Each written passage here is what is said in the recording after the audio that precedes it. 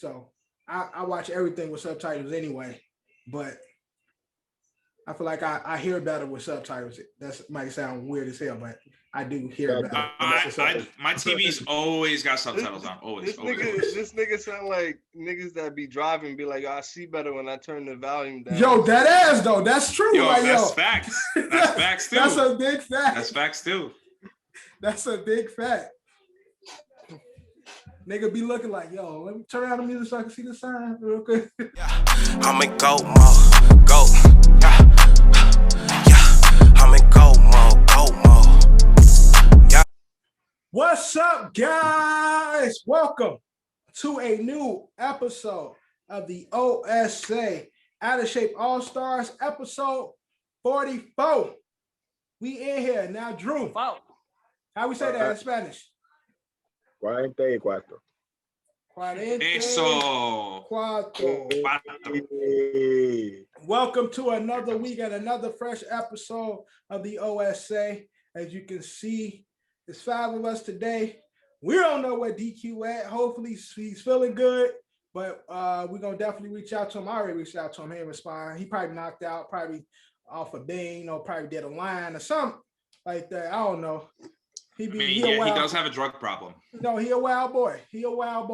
So this is a new episode 44, like always, brought to you by Culture Capsule, sponsored by Don's LLC. Got a great episode and a jam-packed episode for you guys, so we're going to get right to it. Kicking it off, like always, introducing the host with the most. Give it up for Eddie Horchata. I didn't get fired. Eddie didn't get fired. We was I thought I was getting fired. We was contemplating. Okay. Me and Decal was talking. The money went right. Decal was trying to come with a contract. He had representation. I'm like, bro, you tripping. So we're gonna stick with what we got for now. All right. Till we find somebody that's gonna fill in for the free 99. We're gonna stick with Eddie. All right. Also, repping Don's LLC, like always, give it up for K Jet. Yo. With the Nike tee on, repping for them because they pay him. You know what I'm saying? Drew getting them Nike checks now. He signed to the brand. Give it up for Mr. Drew. What's up? And again, just to give y'all a little teaser into what today's episode is about, give it up for Johnny 5. Hey. Rep it, John. Yeah, I got the Austin 316 on. You might hear that name later on in the episode. Just says keep listening, keep watching. Might hear that later. Maybe. What? Yeah, doing the Austin bit. Yeah. And last but not least, my mama called me Devin, so you can call me Devin. Devin, that's my name. All right, let's get into it. In case you missed it, kicking it off with COVID in sports. Now, COVID is running wild in the NBA, like always. Like that's just where we at in the world. More specifically, the San Antonio Spurs. Now, they have 8 players out, 4 players that contracted COVID. Also, because of that, they got the next 5 games have been postponed until a later day because there's no way for us to keep real track of how to deal with COVID until everybody is vaccinated or whatever. And we see how that goes. We just dealing with it and just rolling with the punches. So San Antonio Spurs are definitely the ones being hit as of right now. Hopefully, I don't know what 4 players got it, but hopefully those guys get well soon. They athletes, they should be fine. And whoever was in close contact, make sure y'all get tested as well. Just be safe, folks. COVID is real, man. And we see that in the NBA. We saw it in the NFL, saw it in MLB. NBA is your turn. NHL, y'all have y'all issues as well.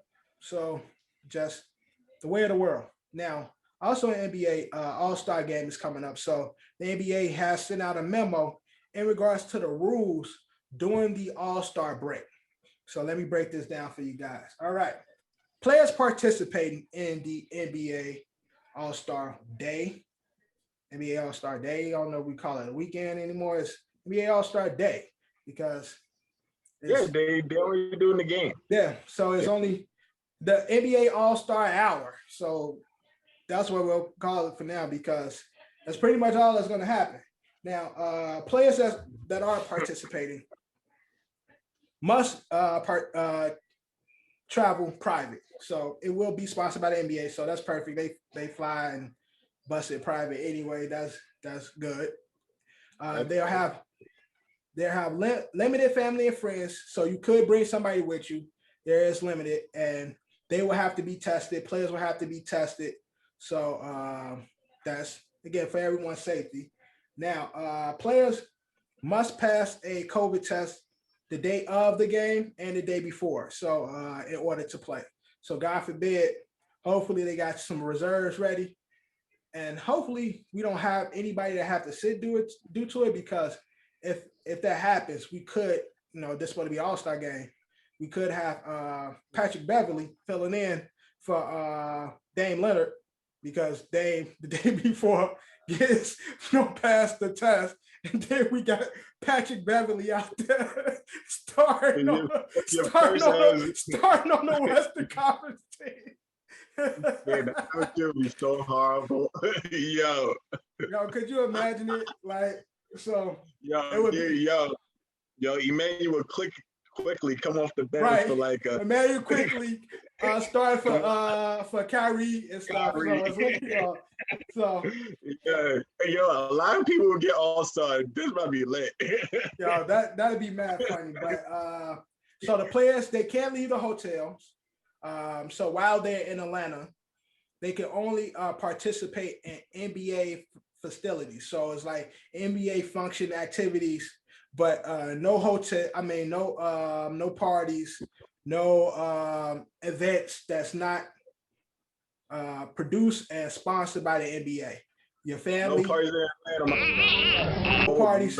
Okay, so no right. So Drew already cursing. Drew already using profanity. So boom. But like always. But yeah.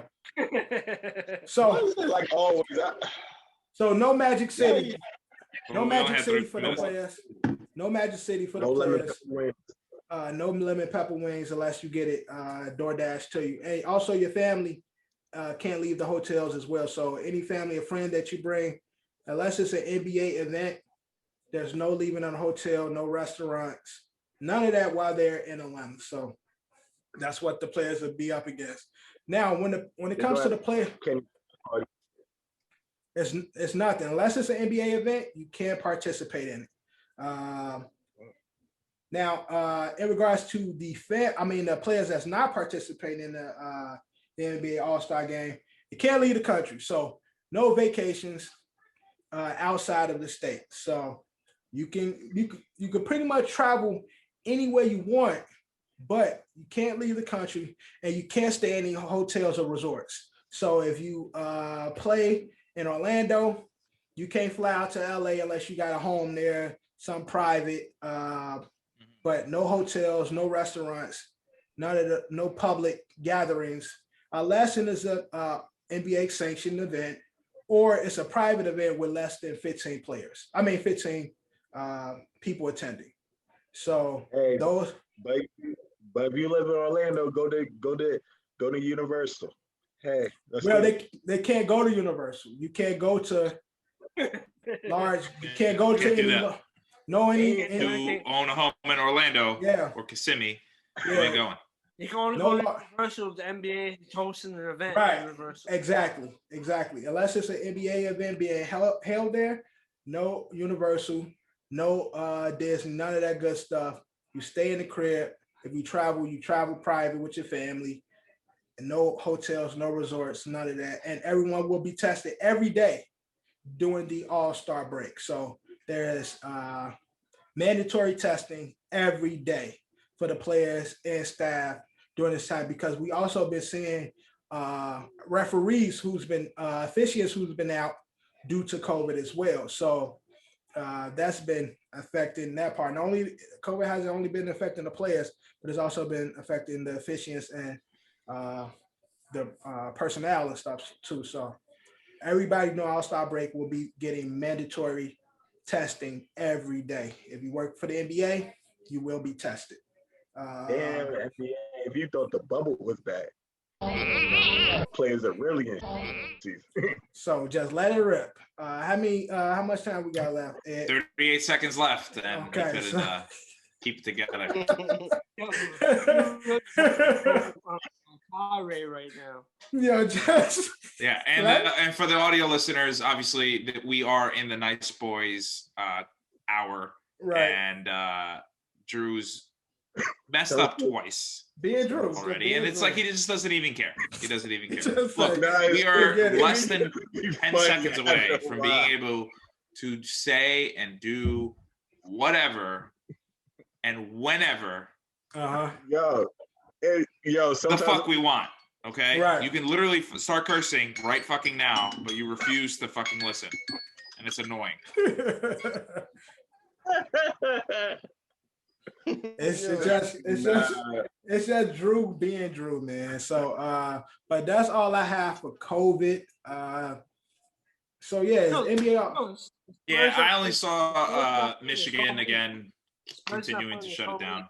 Yeah, they next 5 games is out. Spurs got the whole week off. Messing up my fantasy team. Who you got on your fantasy team from the Spurs? I got DeJounte Murray. Oh, okay. Starting point guard for the Spurs. Yeah, I know you're talking about. Well, that sucks for you. I believe he was Ed's Marquee Miss player last week. Yeah, Right, you was. made me pick because I was not ready, obviously, with the no internet He's been in my thing. fantasy team this whole time, you know. I drafted him, but Yo, how is NBA basketball fantasy on the ESPN? How did they do it really? I never played it.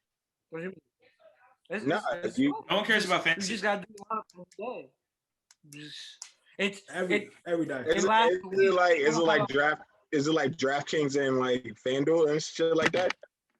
Those are it's daily. Like football. It's like fantasy football. It's just instead of it just being one day is the week because it's more than one game a week.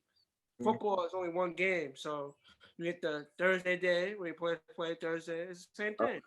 Okay, I think I get it. It's just the difference is with NBA, you gotta do your lineup every day. Oh, okay. Yeah. I got you. It's almost like a fantasy lineup where you pick players and then you plug them in and then they play and they perform and you get points on how they perform. And then ultimately that wins you the game. I'm talking. Ed, I know that jackass. I'm talking about how much time do you have to fucking, like Johnny say, you have to do your shit every day. That's the answer I want. Not your fucking jackass answer, you motherfucker. All right, but Johnny, I do jive turkey. Yo, I do have a question though. Like, since you got to do your lineups every day, is it like calculated on a daily basis, or do like for the week? They add up the points for the week. Oh well, technically, you do have to check up your lineup every day, but you can set your lineup up for the week. Right. But injuries and stuff, you want to check it just in case, like, oh, this player's not playing, or But I'm saying, depending on who determined the winner or loser based on a daily basis or a weekly. They count points for every day, and then the winner is the person that has the most points by the end of the week. Got you. That was my question. I ain't got time to be setting no lineup every day. But yeah. Who's got time for that? That's COVID and sports. Baseball is even more grueling, just so you know. It's bad. Baseball is worse, I'm pretty sure. But it's so bad. I'm good on that. But we're gonna move into honorable mentions. I want to kick it off with the NBA recap. Now, there's been a lot of discussion going on in regards to the trade deadline and a double standard in the NBA when it comes to players and the front office. Now, you're talking about Jimi. So not too long ago, James Harden was demanding a trade. He wanted to get out of Houston. And because of that, him not giving his all on the court, not really wanting to play, he was villainized and, vilified in regards to, not giving his all to Houston and all this and stuff. Mm-hmm. But in the same token, we have the situation that's happening with Andre Drummond. Right. Blake Griffin. And Blake Griffin, whereas, and there's been other cases in the past where players don't really get any respect in regards to knowing what's going to happen with their future if they're on the trading block. Usually they hear it when we hear it. And so Draymond has come forward to say, he has issues with how players are deemed villains when they demand a trade and then don't want to play. But the NBA can say on a whim, hey, we trading you, and not even tell you. You could just see it, and players a lot of times will see it on ESPN or somebody let them know, like, yo, you just got traded. And what they're doing right now is like this. They had the last game with Andre Drummond. He started the game, right? They actually made him go back in the locker room and then put on street clothes and then sit your ass on the bench. You're not playing this game. Right. And the reason why, because they're looking, trade deadline coming up. He has trade value. They don't want him to get hurt. So they told him, like, yo, this is what's going to happen. But if a player was to take that same action and say, I want to be traded, so I'm going to sit to save myself, then they look at it as they're the villain. They're the villains. Yeah. So, Johnny, is there a double standard in the NBA when it comes to cases like players being wanted to be traded versus the office wanting to trade them? There clearly is a double standard. It's definitely a double standard because you can tell by how the media addresses it. Obviously, at the end of his run in Houston, James Harden was definitely not playing his best. His teammates was coming out. He got fat. So he got fat. Fake fat. So fake fat. He had the Big Mama's house suit on. Magically skinnied up once he got to Brooklyn. The media definitely went in on Harden. It is a double standard, but I feel like sometimes you can call out an organization, but the Pistons, the Cavs, those are just some trash organizations, and by how they move, some organizations they're not good. So you couldn't call them out. A few years ago, Harrison Barnes, remember he had got traded, and he found out in the locker room while he was getting ready for the game. He found out he was. But then they expect players to have this professionalism. Like, you got to still be professional. You still have to do this. But then it seems as though the NBA don't have the same respect that the players supposed to have for the NBA. They definitely don't. The owners look at you as commodities. When they want to trade you, that's when they will trade you. But they want to hold on. Let's say if you're a good player for their team, they want to hold on to you as long as possible. And how dare you want to fucking leave because your team is trash? They don't want to rock with it, but you can't leave because you're basically contracted and they want to keep you contracted. There's a whole bunch of moving parts. The team is trash.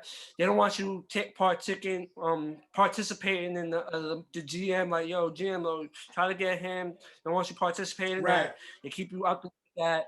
And then, team trash is like, I'm not allowed to put input on trying to make this team better. I know I can play more. So now I want out. Oh, now I'm the villain because I want out. It's a whole bunch of stuff. But obviously, this is double standard, but because I remember a thing when PG was on the All Smoke podcast with Matt Barnes and Steven Jackson. He was talking about a time in the front office where he was trying to lure Anthony Davis from the Pelicans over to Indiana, and the front office was not rocking with that because they say they were going to give up too much trade assets, but at that moment. And again, speaking of Anthony Davis, he got fined. Didn't he get fined not too long ago? But he was with the Pelicans for talking about wanting to be traded. He demanded trade publicly, and he got fined. Yeah, right. He got. I don't know what the rules are on that. I don't think the NBA fined him. I think his team. He was fined by his team. He was detrimental to the team. Because I'm pretty sure the NBA can't fine you for demanding trade. You want out. But I don't know the rules. I could be wrong, but I believe his team fined him. But that's crazy, But see, and again, the same. They want the players to shut up and dribble. Exactly, because again, at the same time, the front office could come out and say, we want to trade for Anthony Davis. If there's anybody on the interested, we're putting him publicly on the block. And then it's like, damn, I'm supposed to be respectful. I'm supposed to be professional and just eat it. But if I come out and say, yo, I want to be traded, then it's like, you're the villain, you're bad sportsman, and you get booed and you get labeled.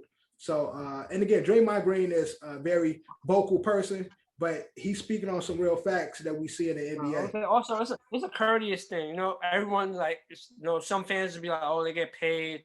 It's a job. They shouldn't complain. It's a job. But, all right, just look at it as a job aspect. Imagine you working a job, right? A regular job.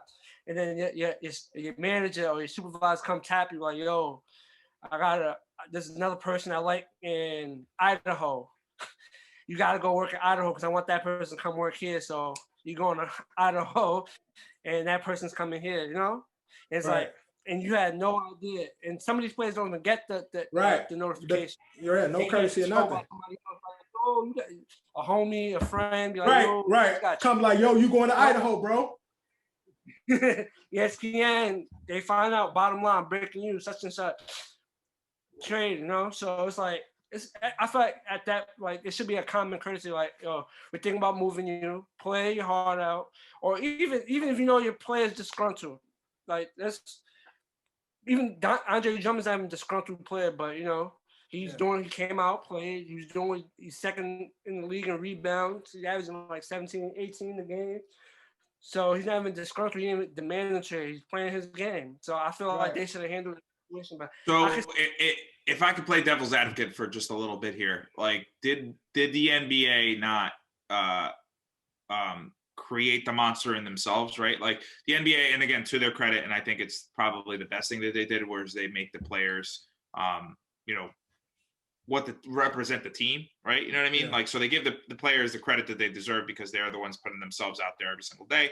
They're the ones that putting asses in the seats, if you will. You know, as a Knicks fan, you go to the Garden. You don't go to the Garden when the Knicks are playing, like, you know, you're not gonna go when they play the Magic, but you'll go because LeBron's gonna be there. You'll go because Curry's gonna be there. You go because Dame's gonna be there. You know what I mean? Like, you go because of that. So it's like, do you think that they've given their players almost too much leverage to the point where the inmates run the asylum type shit, where Harden can pull this shit and can say what he wants to say and literally run himself out of his own town to get traded to the destination he wants to go to, because they do sign contracts that are no trade clause, right? So it's like, you can't trade me to any team unless I say I want to go to that team. We're seeing that situation with no trade clause. I forgot. I don't know if he did or if he didn't, but I'm assuming he got the pick where he ended up going. I don't think anybody in the NBA currently has no trade clause. It might be one player. John Wall has something similar to that, whereas he had to agree to it. Yes, it was. Yes, he did. But to what you just brought up, Ed, I feel like it's not they're giving them players too much power. I feel like it's supposed to be like a balance, and within the balance is just a courteous thing. Before you go publicly, you go to the front office, you tell them I'm angry, like conversate with them, tell them like, there's nothing that could be done. This is the route I want to go. Depending on how they go, then you make it public. No, it's vice versa. Obviously, if you give a certain player too much power and they don't control it or handle it well, you end up in like a situation with Harden, when they said Harden could do whatever he wanted in Houston, and then ended up what ended up happening. Yeah. But I feel like it's supposed to have like a balance, and when to be nice, I don't think the NBA players have a good amount of power. I don't think it's too much. But when it all comes down to, I think it needs to be like equally controlled balance between both parties. And it just has to have the courteous aspect, because, you know, they don't even have the courtesy to tell. I understand the business aspect at the end of the day. Teams trying to get better. Teams making business moves. They got to cut some salary, shed salary. That way they don't get this $30, $40 million cap tax, luxury taxes, because they can't afford stuff like that. I understand that, but it's just a courteous thing. It just, to me, work with them, work with the players. It's just, to me, it's like better business practice. Like, I've, like, from watching like Hard Knocks, and I ain't saying like everybody does it, but in the NFL, when they about to cut somebody, you watch Hard Knocks, they sit you down, let you know like this is the move, this is what we're doing. Like, before they like goes anywhere, like, yo, we're gonna sit you down, not as a coworker, like we're business professionals. Yeah, of course. Like, we're gonna let you know what's going on. Like, I'm not saying that that's the way that the NBA is with everybody, but there has been cases where players find out through ESPN, they get a fucking notification like we do, which is fucking great, through Adrian Wojnarowski or Woj, right, Adrian, right, you know? Woj, it's like, and like just and you looking like you fucking lacing up, and then you look up, how can you go into the game like you lacing up, like, yo, you talking to the nigga next to you and shit, like, yo, we about to kick ass, yo, bro. I know we're crossing sports again here, though, and I don't want to do that, but like, you know, when the Mets traded Wilmer Flores, and the dude was literally crying in the middle of the field. It's like he didn't even have a fucking second to like think about what was happening. Like, how are you supposed to play the rest of the game?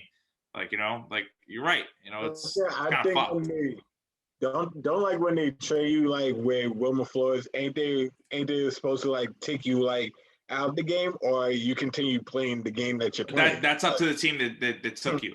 That's up to the team that took you. So, you know, and again, it ended up working out that he wasn't going to get traded because he cried on national television. But I feel like there should be like a trade. Like, there should be no trades taking place while a game is going on. Like, it should be like a no trade announcements during the game or some shit. Yeah, but again, unfortunately, like, you know, we're not as big as ESPN, Bleacher, any of these guys. You know, we're not. Yeah. You know, we're not. Some of these. Again, we have 46 subscribers. We want to get 100. When we get 100, I'll dye my hair purple, if that's what you guys want. I'm on air saying that I'll dye my hair purple if we get 100 subscribers. But or whatever you want. Leave a comment. Tell me what you want me to do. I need to get 100 subscribers.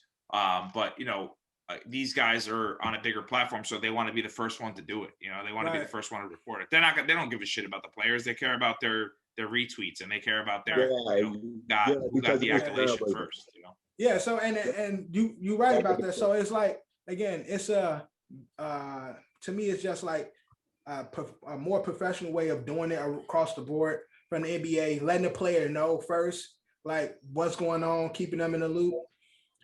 Because at the same time, they want to know before a player go public about how disgruntled they are. They would rather the player come to them and tell them, like, yo, I don't, you know, I'm upset here. I'm disgruntled. Like, I don't want to be here. They would much rather a player say that to them behind closed doors than go into the press conference and be like, yeah, so James, how was the game tonight? Yeah, I want to leave. Then it's like, oh shit, oh, what happened? Like, what the, why do you feel that way? So that press conference was a nail biter, bro. They had to trade. And also, you know, another thing, also, when these trades take place, it'd be the organizations that be contacting the Wojs of the world, and they be letting them know, like, yo. Well, because they know. I mean, again, and they want the world to know, because they also want it to be known that they want to leave too. Right. You know, I think we were looking at it too much on the player side, where we're like, oh, like, you feel bad for a guy who does what he needs to do, and, like, you know, finds out he gets traded, and obviously it's emotional for him. He doesn't want to leave the team that he got signed to, or he, you know, again, all unbeknownst to him, he's traded. Yeah. You know, let's look at the guys that do want to get traded, like a James Harden, who will just leak that information and be like, yeah, man, like, this is the only way I'm going to get out if I leak this first. Yeah, but the reason why we're focusing on the guys that's not in the know, because of how the guys that are public about how they feel, how they are looked at in the public eye, and how they like the reputation they get because they're public about how they feel about the team, versus the owners and the front office doing the same thing pretty much, but not even letting the players like even know what's going on, or players be like just like blindsided by shit that's happening. And it's like, we don't look at the organization and be like, damn, that's bogus as hell, and nobody ain't on like booing the organization like, oh, we're gonna boo them because they did Harrison Barnes dirty. Like, let him know as he's lacing up that he's getting traded, and expect him to go out there and be 100% in the game, even though they didn't say shit. He found out on the ESPN app like that he got traded. It's like nobody in the front office had enough respect for him and say, yo, Harrison, like, before you get out here, even before the nigga laced up, like, he walking inside, hey, can you meet us in so-and-so? meet us in the office before you get dressed. He done warmed up, he done worked out, he done stretched and shit. We about to cook this guy. Got his vibes right. Got his and that's the double-edged sword though, because it's like, it's the difference between like, even like as normal people, I mean, we're talking about athletes here, right? It's like these guys make millions, they're fine, they're gonna be okay. I mean, Matt Barnes made a pretty good life for himself. Drew mentioned the No Jumper podcast. He's doing fine. You know what I mean? Like, he's always going to do fine. He's been in movies. He's okay. But at the end of the day, it's the difference between the 1% and like the majority. The majority of players in any sport, they're good.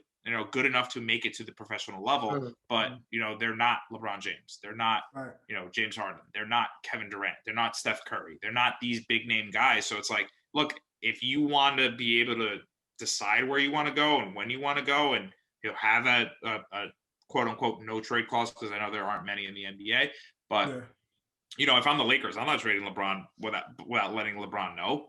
You know what I mean? I'm not going to trade AD without letting AD know.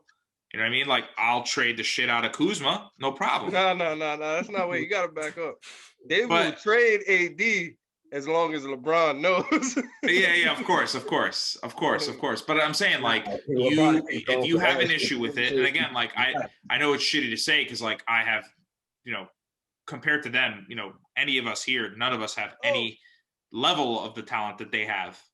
But it's like, if you want to like be in the loop, be better. I mean, like, that's it. Like, you got to be at the top. But again, Ed, to say that, like, I know that's tough to say, but it is what it is. Again, that 1% is ultimately the most athletic men and women gracing this earth. Like, these guys are, although, again, you take the players that are not in that 1%, you put them in any crowd, they LeBron James. Like, so it's like, like, even the worst NBA player, that's what I'm saying. That's what I'm saying. At your local YMCA, they are fucking God. So like, what they are able to do at the level that they're doing it is unlike no other. So of course, and again, I said that at the top. That's why I said that at the top. That's why I said it at the top. Your worst NBA player was the shit in college, bro. Yeah. That's all I'm saying is, if anybody from the NBA was at a YMCA, he gonna be the first nigga picked up. Like, nigga, I got you first on my team. So that's my NBA spiel. Also, AD got hurt. AD is dealing with. So I had a couple things about that with AD's injury. Yeah. Do you think the Jazz have the better chance of, again, how long is AD going to be out? I mean, it's Achilles is pretty serious. They said for at least it might be the All-Star to chill for a little bit. That's what I'm saying. If AD has to chill for a little bit, as Johnny says, do the Jazz become the number one in the West? They're already number one. No, but I'm saying, like, the team to beat. Obviously, like, you could be number one in the West. They number one, but they ain't number one. Yeah, Jazz. Yeah, I mean, Jazz still hot right now. They playing well. Everything's clicking. They're doing good. Clarkson's had like 40 points last night. They're doing real well, but they're still not the team to beat in the West. But they're the team that's most hot right now. But the team to beat is still going to be the Lakers. It's not the Jazz. Yeah, and I think with or without AD, they're still the team to beat. They're still the champ. Without AD, I might say. And even with that, I think if anybody's going to unseat the Lakers, whether AD's out, because again, this is a reoccurring issue, reoccurring injury. He's supposed to be down 2 to 3 weeks, but again, this is a real tough injury, and they got to play this right, because he could really fuck himself up. And what you call it? they have to manage his minutes. They said he re-aggravated his injury, so it's like now the Achilles is unpredictable. So exactly. You can't you don't land awkwardly and hurt. No, it just gives out. And again, he's a big guy, so like big guys with Achilles injuries, like that shit can really like fuck up your career. Like for the really bad and shit. So they definitely gotta watch his minutes, try to sit him down as much as like when you talk about that time management that they be doing it with the Clippers, Low. the load management shit. Yeah, this is the time for the load management because definitely play safe. But I think Jazz is just high right now. I think Denver is still the better team in the West. Jazz are deep, and then the record don't show that, but as of right now, but yeah. Again, the record don't show a lot, but Clippers, Jazz are still the team. Yeah, Clippers, Denver. I want to sleep on Denver. Clippers, that's why I said Denver. Yeah, Denver. Jazz, you got the best record, but Denver did come back from a 3-1 lead against the Jazz. So therefore, you could, if you want to, even though that happened in the bubble, but Jazz still got to beat Denver for some type of. Right. You say, oh, they're better than them. They got the better record. Yes, they're playing better. Yeah, but when it comes to the playoffs, will they beat them? We don't know. And where the hell is bubble Jamal Murray? Because he's gone. Because he ain't been playing the same. Like, just the bubble was a moment for certain players. The bubble was just like that was their bubble moment, you know. Yeah, I mean, pretty much the bubble. There's nobody in the stands or anything. I'm just saying, like, I need to see some more bubble Jamal Murray because he's been kind of quiet. One of the questions I also have with the NBA, we talk about our MVPs, you know, LeBron, Kawhi, KD, AD, Giannis. But I was playing great. The biggest thing is they've been saying people continuously sleep on Dame, and I'm trying to figure out why Dame is not a first thought. Because we think of the top NBA players. The Portland don't go as far into the playoffs. That's why people don't think it's Dame that much. Even though they know him as a good player, it's just not, your team is not going to go far in the playoffs. That's all it is. It's the team record. If Dame was number 1 and number 2 in the West, or at least number 3 in the West, he'll be in the conversation. His team record. But again, okay, but look at that, look at Steph Curry. Look at Steph Curry. Steph is always in the conversation, regardless of what the Warriors do. So Steph already made his name with the Warriors before when he got his stature. The Warriors was doing way better. You talk about the 73 and now Warriors when Steph got his name. The difference between Steph and Dame is the Warriors sucked last year. Now Curry is back doing what Curry does, and they're playing better. Right. Yep. Portland is still the same. You know, if Portland was playing at top 3 pace right now in the West, Dame will be in the conversation. He's still one of the best players in the league, but he gets left out because his team, you know, they love that team portion of that team record part of it. So Golden State is performing better because Curry's back and Curry's playing out of his mind. That's why Curry's in the conversation. So do we need to miss Dame in order for him to get? What you mean? I think if he gets hurt or he's MIA for a minute, I don't think his value as far as like his hype value is as high as it needs to be for people to really miss him when he's gone. Right. Portland just has to play better. They have a better record. He'd be in conversation.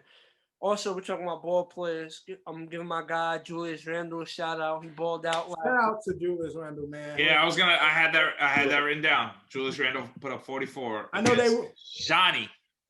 Johnny's face. Johnny. Julius Randle's my guy. I bet. No, but he did it to Lakers, you. Your doppelganger. Lakers would rather have him than Kuzma. Mm-hmm. That's a fact. That is a total fact. Randle's one of the Lakers that I feel like, damn, why we let him go? He's part of the list of Lakers that I missed that not on the Lakers squad no more. And Julius Randle hit 7 threes yesterday. I mean, you never know where NBA players going to pop. It's just like the same with Brandon Ingram. He's killing it. He's killing. But honestly, I feel like Julius Randle and B. Ash all showed that they had the potential to be what they are now. But I know it was potential. When the Lakers had him, it was still like, it's, you know, when you're just started showing potential and you're a trade piece better than you're already made. They're showing potential. They need pieces that are already formed right now. Right. They don't want just potential. Yeah. They're not waiting on potential like down the line. That's why you keep Kuzma, because that ain't nothing but potential. Like they waiting on Kuz to be Kuz. Like how many years Kuz been in the league right now? How many years Kuz been in the league? Fits in with how everything goes. Kuz. No, but Kuz, the year that LeBron was out, Kuz played good. So they were hoping that once AD come and LeBron come back, that Kuz will be that Kuz. And when AD came, they were looking for Kuz to be that guy. Kuz never became that guy. Nah, you can't. You know why? Right. That's what I'm saying. That guy. I'm gonna explain why you can't say it. It's obviously his touches and everything was gonna be reduced. Yeah, of course. AD and Bron's 1-2. Yeah. And now look at this Lakers squad. Kuz probably gonna start and AD's absent, but LeBron and Dennis Schroeder will be the 1-2, and Kuz will be the third guy. It'll be Bron and Schroeder being the 1-2 scoring option for the Lakers, and Kuz will be the third scoring option. Kuz might fill this role, but I feel like it's just been an adjustment factor because when LeBron first got there, Kuz was playing more. He was seeing the ball more. You know, all the other players are still young, so everyone was fighting for that number 2 scoring option. Obviously, Brown was number 1. Yeah. Kuz, Ingram, and the rest of the young Lakers is fighting for that number 2 spot.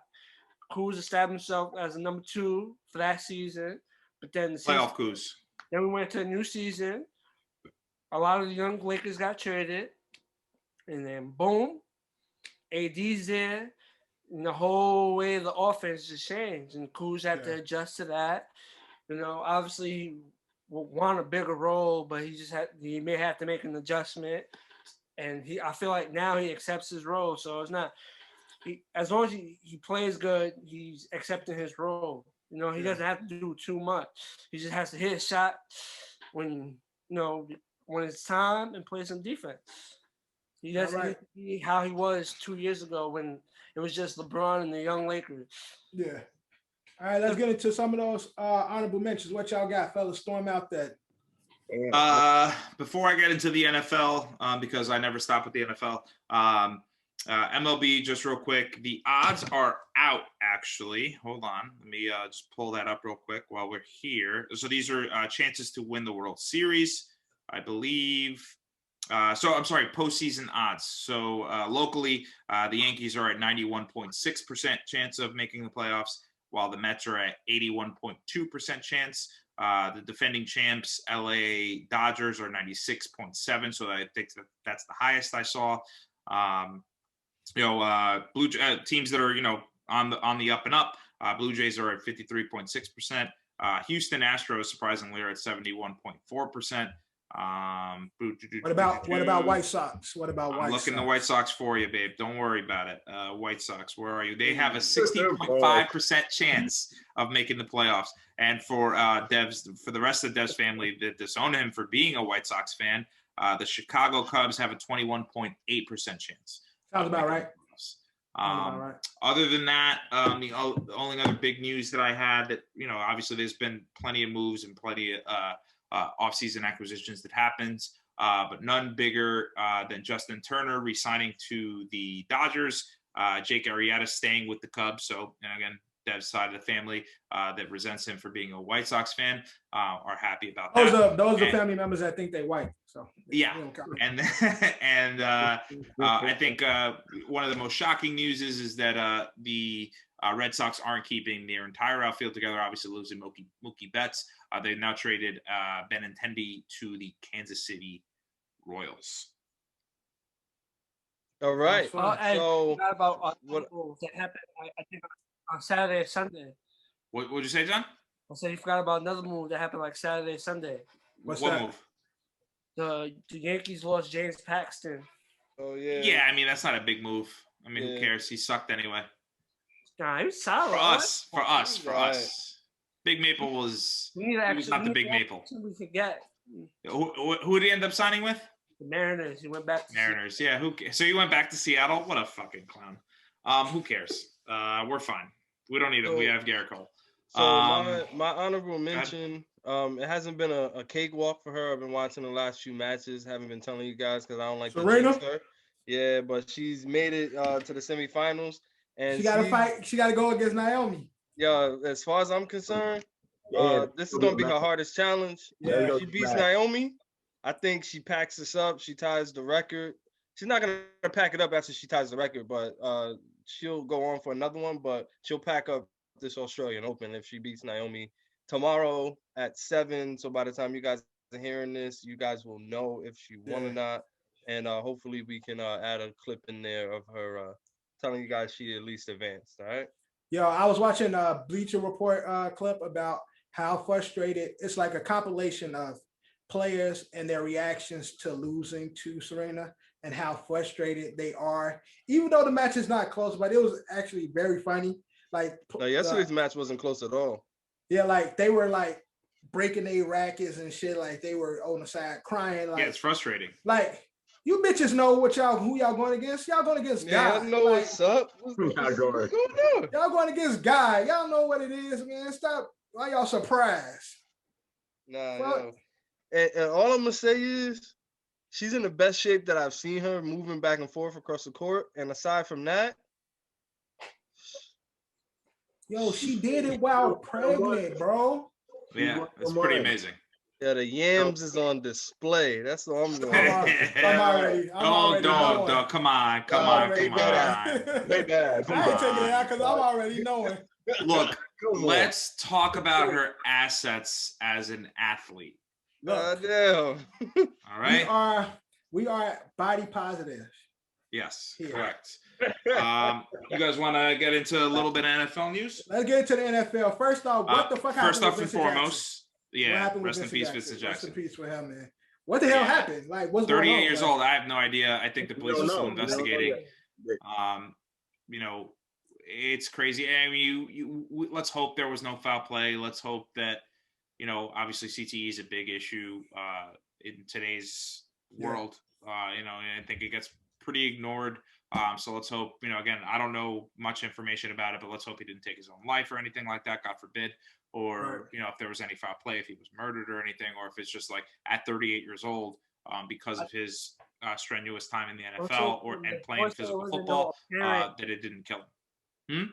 One of the reports I read was like one of said it was no apparent it wasn't no apparent homicide, like foul play. Okay. Oh, that's good. No foul play. So that's good. That's good. Well, I mean, it's still bad that he's dead, but it's good that he wasn't murdered. But other than that, JJ Watt was released. Possible landing positions for him. Texans, Packers have been Packers have been thrown out there. Bears have been thrown out there. I think probably the best bet for him would be to go play with his brothers in Pittsburgh. Complete the TJ, JJ, Derek Watt, Watts in Pittsburgh. But I think at this point he's probably ring chasing. He's played in the NFL for about a decade, so he's going to be looking for a ring. One thing for you, I was going to send it to you. Supposedly, JJ Watt was in MetLife practice facilities, and he posted to his IG story, and he used a Robert Salah quote. Okay, that's good. I mean, look, if he comes to the Jets and he gets 8 sacks, I'll take it. But I'm not going to get my hopes up because I'm not getting my hopes up this season. That's trying a new thing this year. He posted it, and the quote was "all gas, no brakes." That's our quote. All gas, no brakes is our quote. Is our new quote. Don't gas me. Don't gas me. John, what you're telling me is all gas. So I'm gonna pump the brakes on what you're saying. No, I'm just saying, like, I feel like that post. Don't hype me up. Like a wise person once told me and Johnny, trying to go 80 on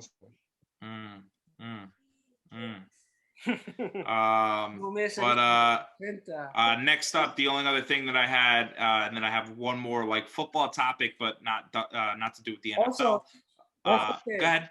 One quick thing. I read this article of a crazy Nick Wright of Fox Sports, he did like a crazy hypothetical trade. And it was like a 14 football trade where Sam Darnold goes to the Texans. Jimmy Garoppolo. Russell Wilson goes to the Jets. Jimmy Garoppolo goes to the Seahawks. Hold on. Give me 1 second. Bullshit, man. All right, well, John, while you do that, I got it right now. Don't Nick Okay, Wright you got kind it? of look like Ed, though? Don't Nick Wright kind of look like Ed? Nick Wright kind of look like you, bro. I swear. Yeah, see, you're In the face ass nigga. Let's hear it, John. the Jets. In the face ass nigga. The Jets get Russell Wilson. The 49ers get happen. Deshaun Watson. Not gonna happen. Texans get Sam Darnold, 3 first-round picks and 1 second-round pick. And then the Seattle Seahawks get Jimmy G, Nick Bosa, and 2 first-round picks. I saw that. Yeah, I don't know about all that. Hypothetical trade. Nick Bosa, they're not. Come on. I mean, this is ridiculous. Well, That's possibly one of the most absurd things I think I've ever heard in my entire life. Like 49 will ever give Nick Bosa, please. Yeah, I mean, come on, let's be real. They just drafted him. Possibly the better Bosa. The only other thing that I had is welcome to the NFL, Urban Meyer.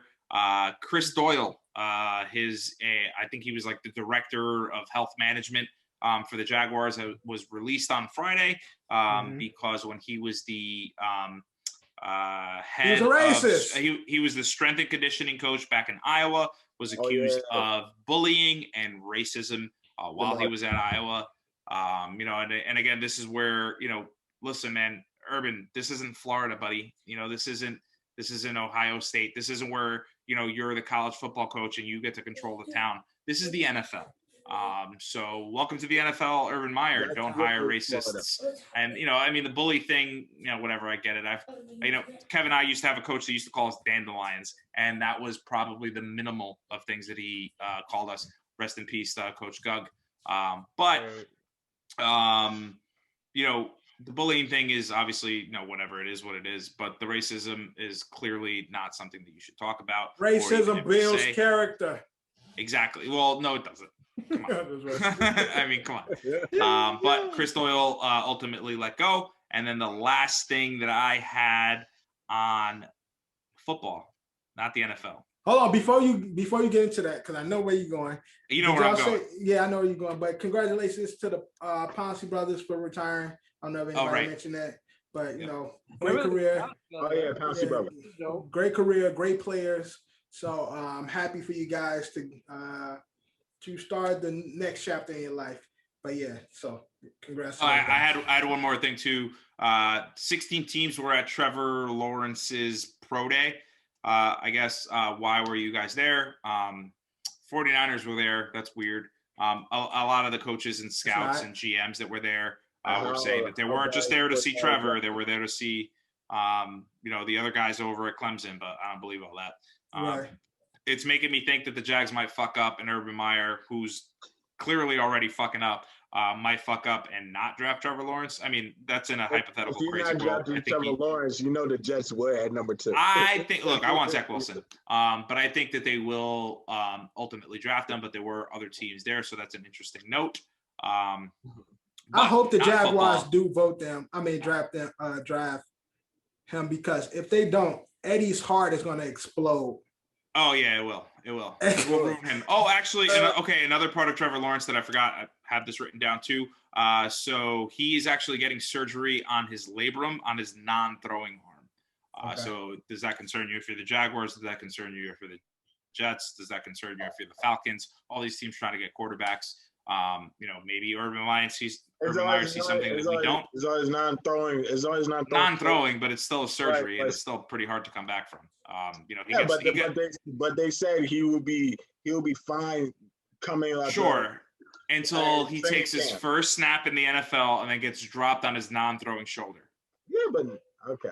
I mean, just saying. It happens. But best of luck to Trevor. Hopefully he's okay. But the FCF started this week. fan controlled football league. Looks like arena football. Johnny Manziel, Johnny Football. Looks worse than arena football. And he broke off a pretty good run. I think he thinks he's going to be the Lamar Jackson of this league. But I think what people didn't realize is that he went 1 for 4 during that game. So he only completed 1 pass and it was 4 touchdowns. So he did throw a 2-yard touchdown. So good for him. But, I think this will be fun. I think Marshawn Lynch actually owns one of the teams. I think they're called the Beasts in that league. So it should be fun. It's kind of like Big 3 football. It's kind of like arena football. I'd like to have like these, and again, I'm going to consistently probably follow these teams just so I can constantly talk about football for this podcast because football never dies for me. And yes, I love baseball and I'm getting back into basketball. Hockey is going on. March Madness is coming up, so that's going to be fun. But I will consistently talk about football, and I think I will fully follow the FCF. I'm claiming that I am a Beasts fan. Shout out, hopefully, Marshawn come out and play like the game and shit. Yeah, that would be cool. That'd be tough. And then I have 2 other ones, but unless anybody else has anything, I won't say it. Anything else? Go ahead, Ed. Okay, Lamar Odom is going to fight Aaron Carter in a celebrity boxing match to where Jake Paul called out Aaron Carter and he called him out. He was like, Jake Paul and Logan Paul have been, doing their thing in boxing. Obviously, Jake knocking out Nate Robinson, and he kind of said pretty disrespectful shit in a sense because celebrity boxing has always been a thing. So fuck off, Jake and Logan Paul, both of you. You knocked out Nate Robinson. Yeah, I get you can hit bags. I get you can hit gloves, but I don't think you're going to be able to fight Mayweather. He's going to fuck you up. I don't think you're not going to be able to fight Conor. Conor's going to fuck you up. Well, he actually said that YouTube is actually harder than fighting. Yeah, those kids are idiots. And I'm not going to give them any credit. Logan, I respect a little bit more than I respect Jake. But those dudes are idiots. But to Aaron Carter's reply was, I always got that thing on me. So Aaron Carter threatening to shoot Jake Paul. And I think he probably a bang on his ass. He went up on his bang, over, fight over. It's done. Yeah. No more Jake. The last thing that I had, Young Rock is debuting this week. So it is a TV show on, I don't know what broadcast system, but it's ABC, I think so. ABC. So it's going to be following Rock while he was a young kid. Actually, it looked funny to me. It looks pretty good. Yeah, I was gonna give it a try. It looks. I'll give it the old college try. Yeah, it gives me the. Came on. Suns versus Brooklyn Nets. What's that, John? Drew? The Suns versus Brooklyn Nets is on right now. Well, I'm watching something else, but I will turn that on. Oh, and then one more thing. Since you brought up the Suns, I thought I was done, but I didn't. Devin Booker's career is more than likely over. He is now dating a Kardashian. He's dating which one? Kendall, right? Kendall. Who knows? But you know what happens when an athlete dates a Kardashian? Yeah, she's a Jenner. Yeah, but she's a Jenner, bro. But she's a Kardashian. She's from the bloodline. Yeah, she's in that succubus bloodline. So, rest in peace, Devin Booker. I know Ed loves Devin Booker, so that hurts your heart that he's dating her. It does. It really, when my girlfriend showed me, I hear her screaming in the background, she's a Jenner. She doesn't sound like that, by the way. When she showed me that, I was very upset, visibly upset. I was like, well, there goes his career, and that's the end of it. I mean, it all worked out with Ben Simmons. He didn't regress when he how'd it work out for Lamar? How'd it work out for Reggie Bush? It didn't work out how'd it work out for Chris Humphries? I mean, I see if he couldn't shoot before, so it's not it didn't hurt. It didn't get worse, but he didn't. Lamar Odom is literally fighting Nick Carter's crackhead brother. I mean, that's what Devin Booker's career. That's what his future is. I don't want to live in it. My man, chill. I love my guy. He's good. It's crazy. Is you got a meth head versus a crackhead? It's gonna be awesome. I don't know what you're talking about, but my man's Lamar Odom. Alleged crackhead and meth head, but they're both. I don't know about alleged. I love my guy. He's good. Come on, John. So we ain't Stop just respecting crackhead. my man's He LR. almost died, bro. He almost died in the brothel. All right, but that wasn't Hit a brothel. he took too much Right. sex stuff. That's what caused what happened in the brothel to happen. Come So on. was he Too much crack? what? Viagra? Yeah, he took too much of a aphrodisiac. Luchu, Oh, Luchu, sponsor the podcast. Promo code That's out of That's shape. why having fun at a brothel and shit went left. It happened. all right. Anything else in honorable mention? That's all I've got. Anything else? All right, we moving on. That's in case you missed it. Honorable mentions. We're going to bag of the trash. Now, first up, the NBA is cracking down.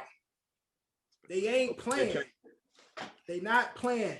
They are pushing the anti-flopping policy. It's getting out of hand. It's getting out of hand. Too much flopping. And we know King James is notorious. Him and Kyle Kuzma was recently warned about their flopping. So they were recently warned about their flopping. They got to cut it out or they will be fined. And the fine is for $5K.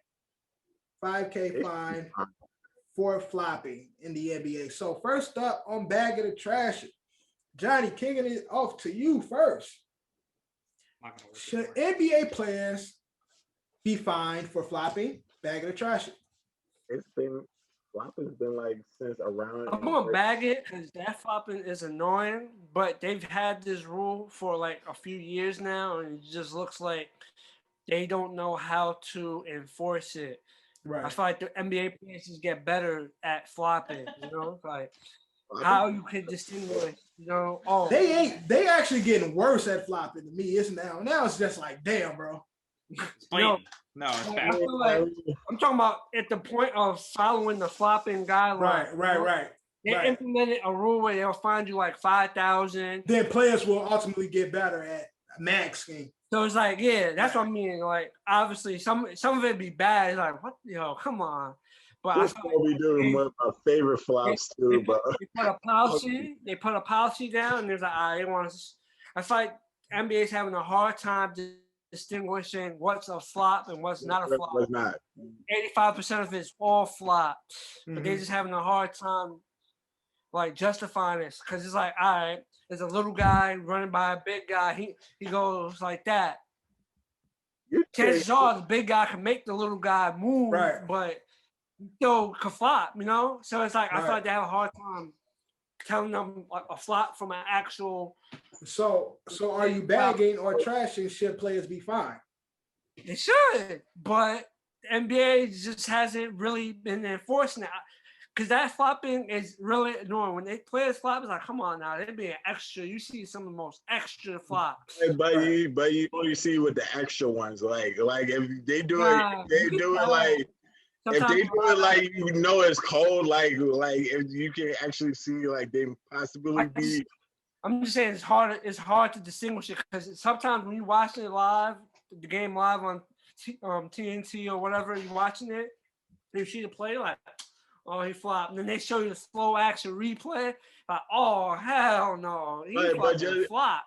But just like you said, Johnny, it's hard to distinguish it. So how would they be actually finding So Drew. They have an anti-flopping policy. NBA actually have that part of its rule. There's an anti-flopping policy. I got you, John.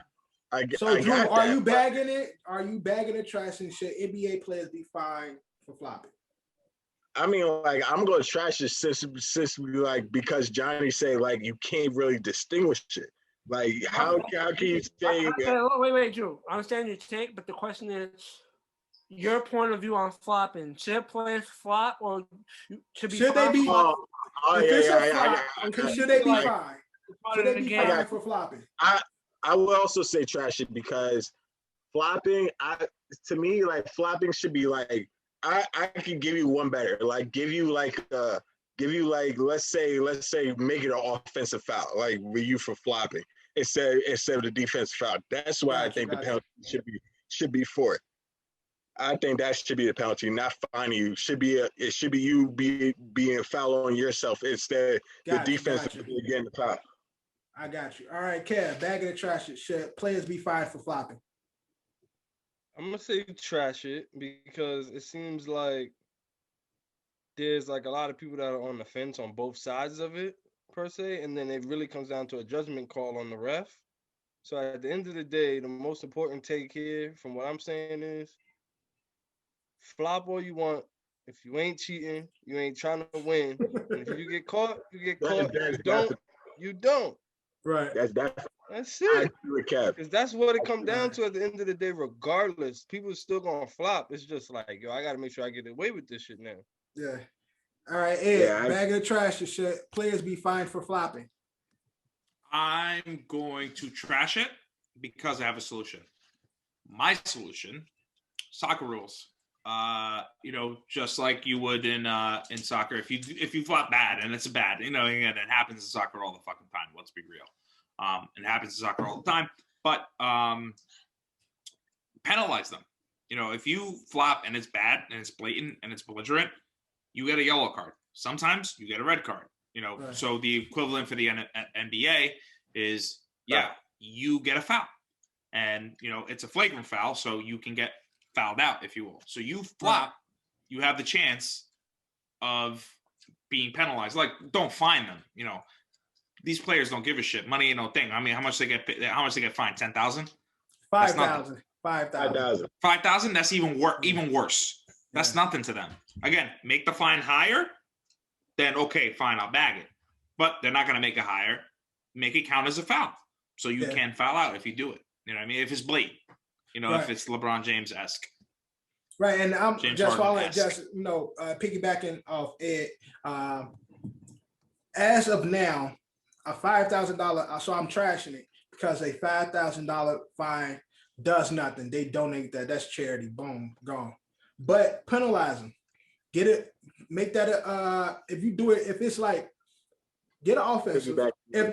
Piggybacking off Ed and Drew. I said that. As correct, Drew. It's Drew as well. Yes, you as well, Drew. Yes, you did.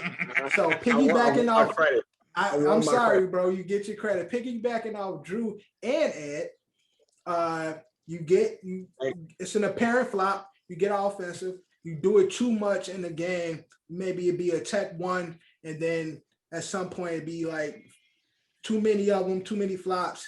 You get teed out, something to that extent. But the penalty, like the $5,000 fine, ain't gonna do shit. Niggas eat that. Like that's nothing. But you do see like the crazy flops where you have cases like that. Is like, yo, T1 or something. Like, bruh, come on now. Like, that's like not even a T1, but maybe 2 to 3 flops, bad flops in the game will get you a T1. And then if you continue get a technical and you get teed out or some shit like that. But $5,000 fan. Yeah, so like that's what I'm saying. Like, set a standard for that being a foul, a penalty against the offense, and then set up a standard where too many flops get you teed out. But $5,000 fine, that ain't really shit. All right, so this one, so that's bag of the trash. Question one. This is off the cuff. Now this next one, rookie Anthony Edwards played for the Minnesota T-Wolves. He was on social media. And he was talking big shit. He was saying that, he's the best athletic musician in the world. Like, he's better than everybody. Like, he's a better rapper. He's a better artist than any athlete who does music. So when I think of athletes that does music, I think of Dame. Like Dame. Even Victor Oladipo can sing. Like, so it's like, there are players that can actually that can really do this shit. Victor Oladipo was on The Masked Singer. Yeah, right. He was on The Masked Singer. Yep. So and he dropped the album last year during COVID, which is I don't think he's banging out Nicole Scherzer. Really? I think so. He wanted, he was like, "Hey, Nicole, this is for you." He was on it, right? He was on it. He was masked. Yeah. She cried. He spit game. I could believe it. She like 50, but she's still pretty. But yeah, so that made me go and check out Anthony Edwards. If y'all ain't listened to none of this stuff, Google him. I mean, on YouTube him. I wish I had more thumbs. So, Bag of the Trash. I give that song 2 thumbs down. Right. Wait, So, really, it was that trash? I wish I had more hands. He said he sound like Lil Baby. He sound like Lil Baby shit. So, Bag of the Trash, and we can go all around. I think we can collectively answer this. Yeah. That's fine. Is Anthony Edwards the best rapping athlete? 3, 2, 1. Trash. Now I do want to know who y'all number 1 is, though. Easy. Let me get mine out the way. Shaquille O'Neal. Fuck what you heard. Shaq, go Okay. ahead. Yeah. So I took this question a little differently. I was like, oh, rappers that can also hoop or play sports. 2 Chainz, J. Cole, MVP, Celebrity All-Star Game. Master P, Nelly. Right. Y'all seen Longest Yard? Right? But then I went back and I was like, Kevin okay, Hart cool. cheating. What? Kevin Hart. What's her name? The gymnast. I don't know how to say her name. I'll butcher it. But Kevin Hart had her like sneak in because she's mad little during an All-Star game a while back. Anyway, doesn't matter. Roy Jones. Constantly talked about on this podcast. All right. Fuck out of here. Shaq. Next. Meta World Peace. Le'Veon Bell. Iman Shumpert. AB. I'm not done. AI. AB has some songs. Yeah, AB. Jason Kidd, Kobe. You don't know AB got a bunch of tracks, nigga. I thought Le'Veon Bell was the only one though. I'll send you some Daryl Strawberry. links. Stephon Marbury. But to me, the GOAT, John Cena. John Cena is the GOAT though. I fuck with. All right, Drew, who's your rapping athlete or musically inclined athlete? Musically inclined athlete, Dame Lillard, number 1. I give it up to Shaq. Shaq did shit. You got Victor Oladipo can't sing. Like I just said, he sings his ass off. Like I definitely like his shit. You got KD is man. Yeah. That's my. All right, John, who your number 1? Damn, got it. Ain't got that shit. Look, y'all, my number 1, y'all ain't even mentioned, man. He played at Bel Air High. You know what I'm saying? Oh my God! Grammy Award winning. You know, He wasn't a basketball player though. I know. High school basketball. He's talking about he played for Bel Air. He played for Bel Air. That's what I'm saying. He just didn't go nowhere. He was one of the best to ever play in Bel Air and Philly. Fuck you, mate. All right, but that's the Bag of the Trash for that one. Next up, now Super Bowl. We going back a little bit. You know what I'm saying? Super Bowl took place. Buccaneers versus the Chiefs. Rookie cornerback Antoine Winfield was fined due to a peace sign. Oh, fine due to a peace sign. Definitely. Now, earlier that season, he did it to Tyreek Hill because Tyreek did it to him. So because of that, he was fined. Right, he burnt them and gave him the peace sign like nigga, see you later. So he returned the favor, and the NFL fired. I think that was a different touchdown. He did the peace sign and he did the backflip on 2 separate touchdowns. So but to the same person though. Right, to the same person. Yeah, he burned him. Yeah, right. Yeah. Antoine Winfield. Right, Antoine Winfield Jr. So playoffs came, as you can see, they completely shut down. D-Cap mentioned that in our last episode. Yeah, Tyreek. And so the question is, Bag of the Trash, should Antoine Winfield be fined for the peace sign? Eddie, to you first. Absolutely, yes, he should. Because I mean, just because it's fair. It's only fair. Tyreek got fined. Tyreek didn't get same fined. Shit. Tyreek always gets fined. Tyreek gets fined all the time to the point where he actually made a glove that I didn't know is that. blacked out and it's just a peace sign. It's like, y'all seen that glove?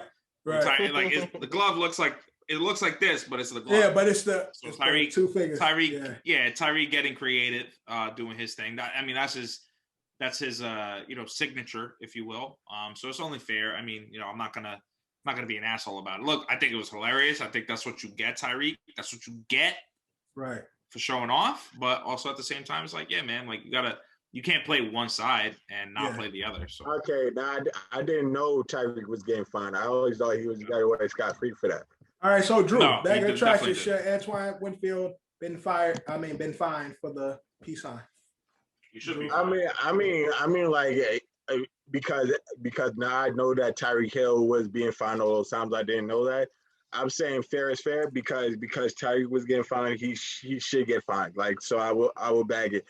In my personal belief, none of them should be getting fined for that. None of them should be getting fined for that. When Tyreek does that shit, Winfield does that shit, none of them should get fined. But now that I know Tyreek getting fined, fair is fair. So I'm gonna bag it. All right, Kev, back in the trash.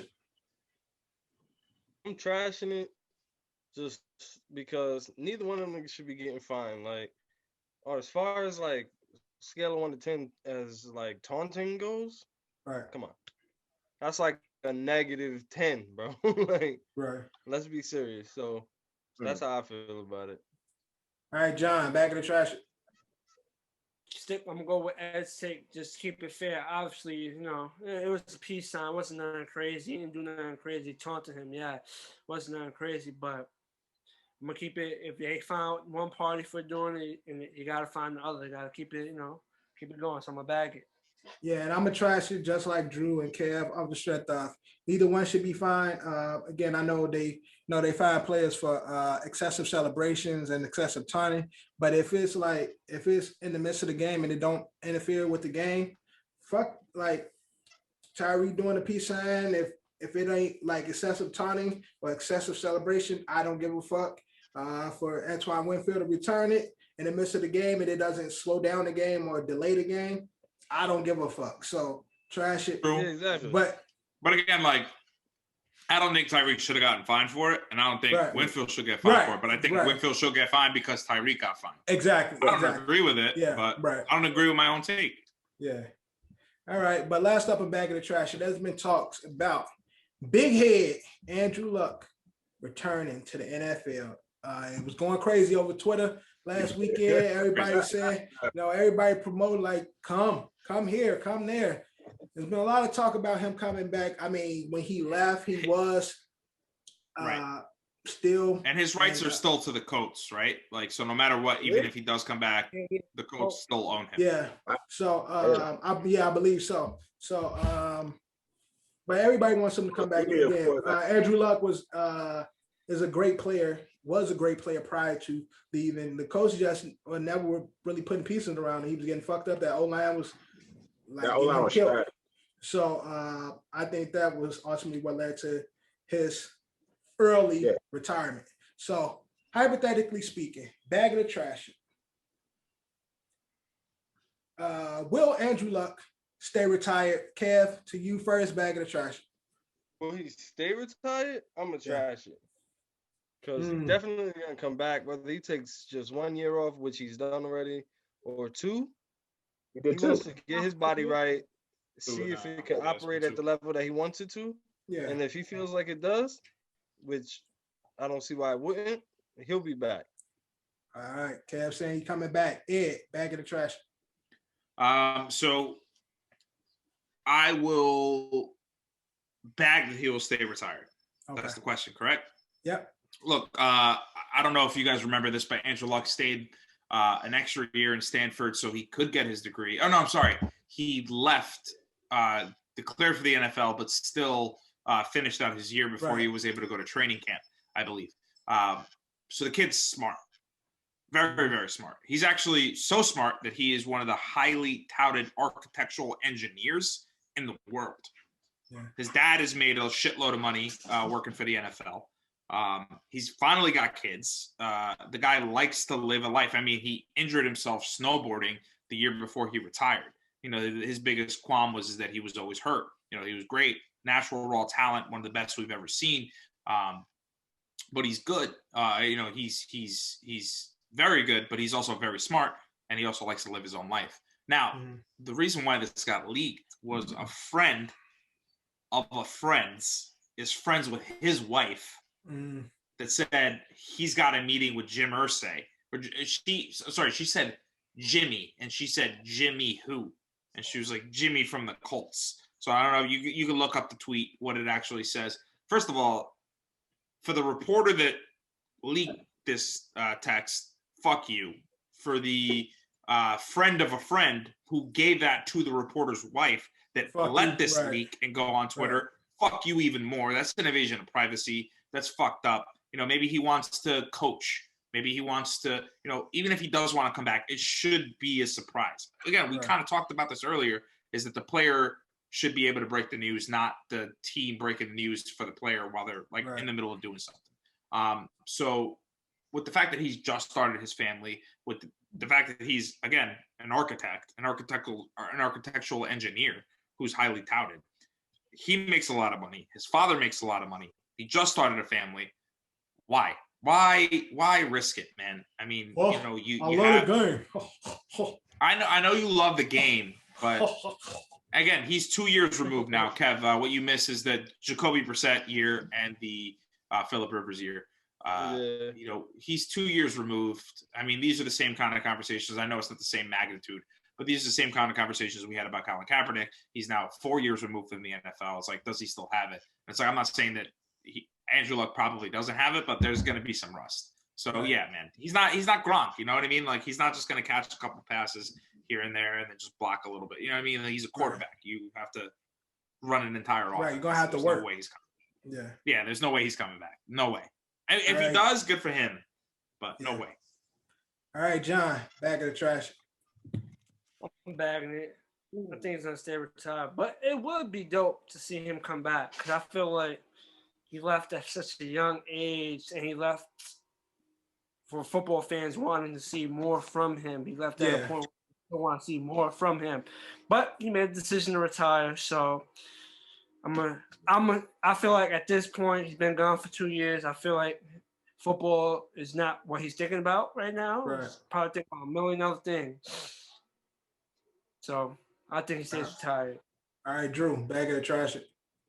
I'm a simply trash it because it would be like a story if he does come back. Like I would want him to come back. Like there's many teams that do need a quarterback, so I'm a trash it just like that. Like he should. He'll come back to the Colts. He'll come to the Colts. Yeah, but then the Colts would have to trade him if he wants to go somewhere else. If he wants to go somewhere else, he'd have to do what Gronk did, where he comes back and then he has them trade them for whatever, or release him or whatever it is. No. He can't just come back and go sign with the Falcons if he wanted to. Right. I mean, just like Colts on the rights to him, so. I don't even think he would want to go there. The Colts got a really good ass O-line. Who used to come back? It's a great defense too. Good O-line, good defense, some pretty decent weapons. This would be the best. This would be the best time for him to come back if he did decide best coach they ever had. Yeah. So I'm a bag it though. I respect his decision to stay retired. I don't know much about the boy life. I don't really care. But he was like before he left. It just again, a lot of fans want to see what he could have been because he was supposed to be the next up. Before Patty, started doing really what he was doing, Andrew Luck was really like becoming the new face of the NFL, the new torch carrier of the QB position. And then he said, "Fuck it, I'm out." So he was the paid man, right? So exactly. So carrying the torch, like I said. So just for him to leave early, as a football fan, you wanted to see more, but he retired. Why wouldn't he stay retired? Who gives a fuck if he come back either? I don't give a fuck. All right, that's back. It'd be nice. It'd be good to see. It's a good story. Comeback player of the year, almost automatic. And then get hurt. All right, that's bag of the trash. I hope not. We moving on to Star Bench Cut. First up, it's funny, right? So this is Star Bench Cut. This is kind of what would you rather, right? So we got choked out, KO'd, mean knocked out, or tap out by submission. Now, we doing this from the level of, okay, I'd rather deal with this So I'll start this one because this one I can deal with versus where I'm cutting the shit that I don't want done in me.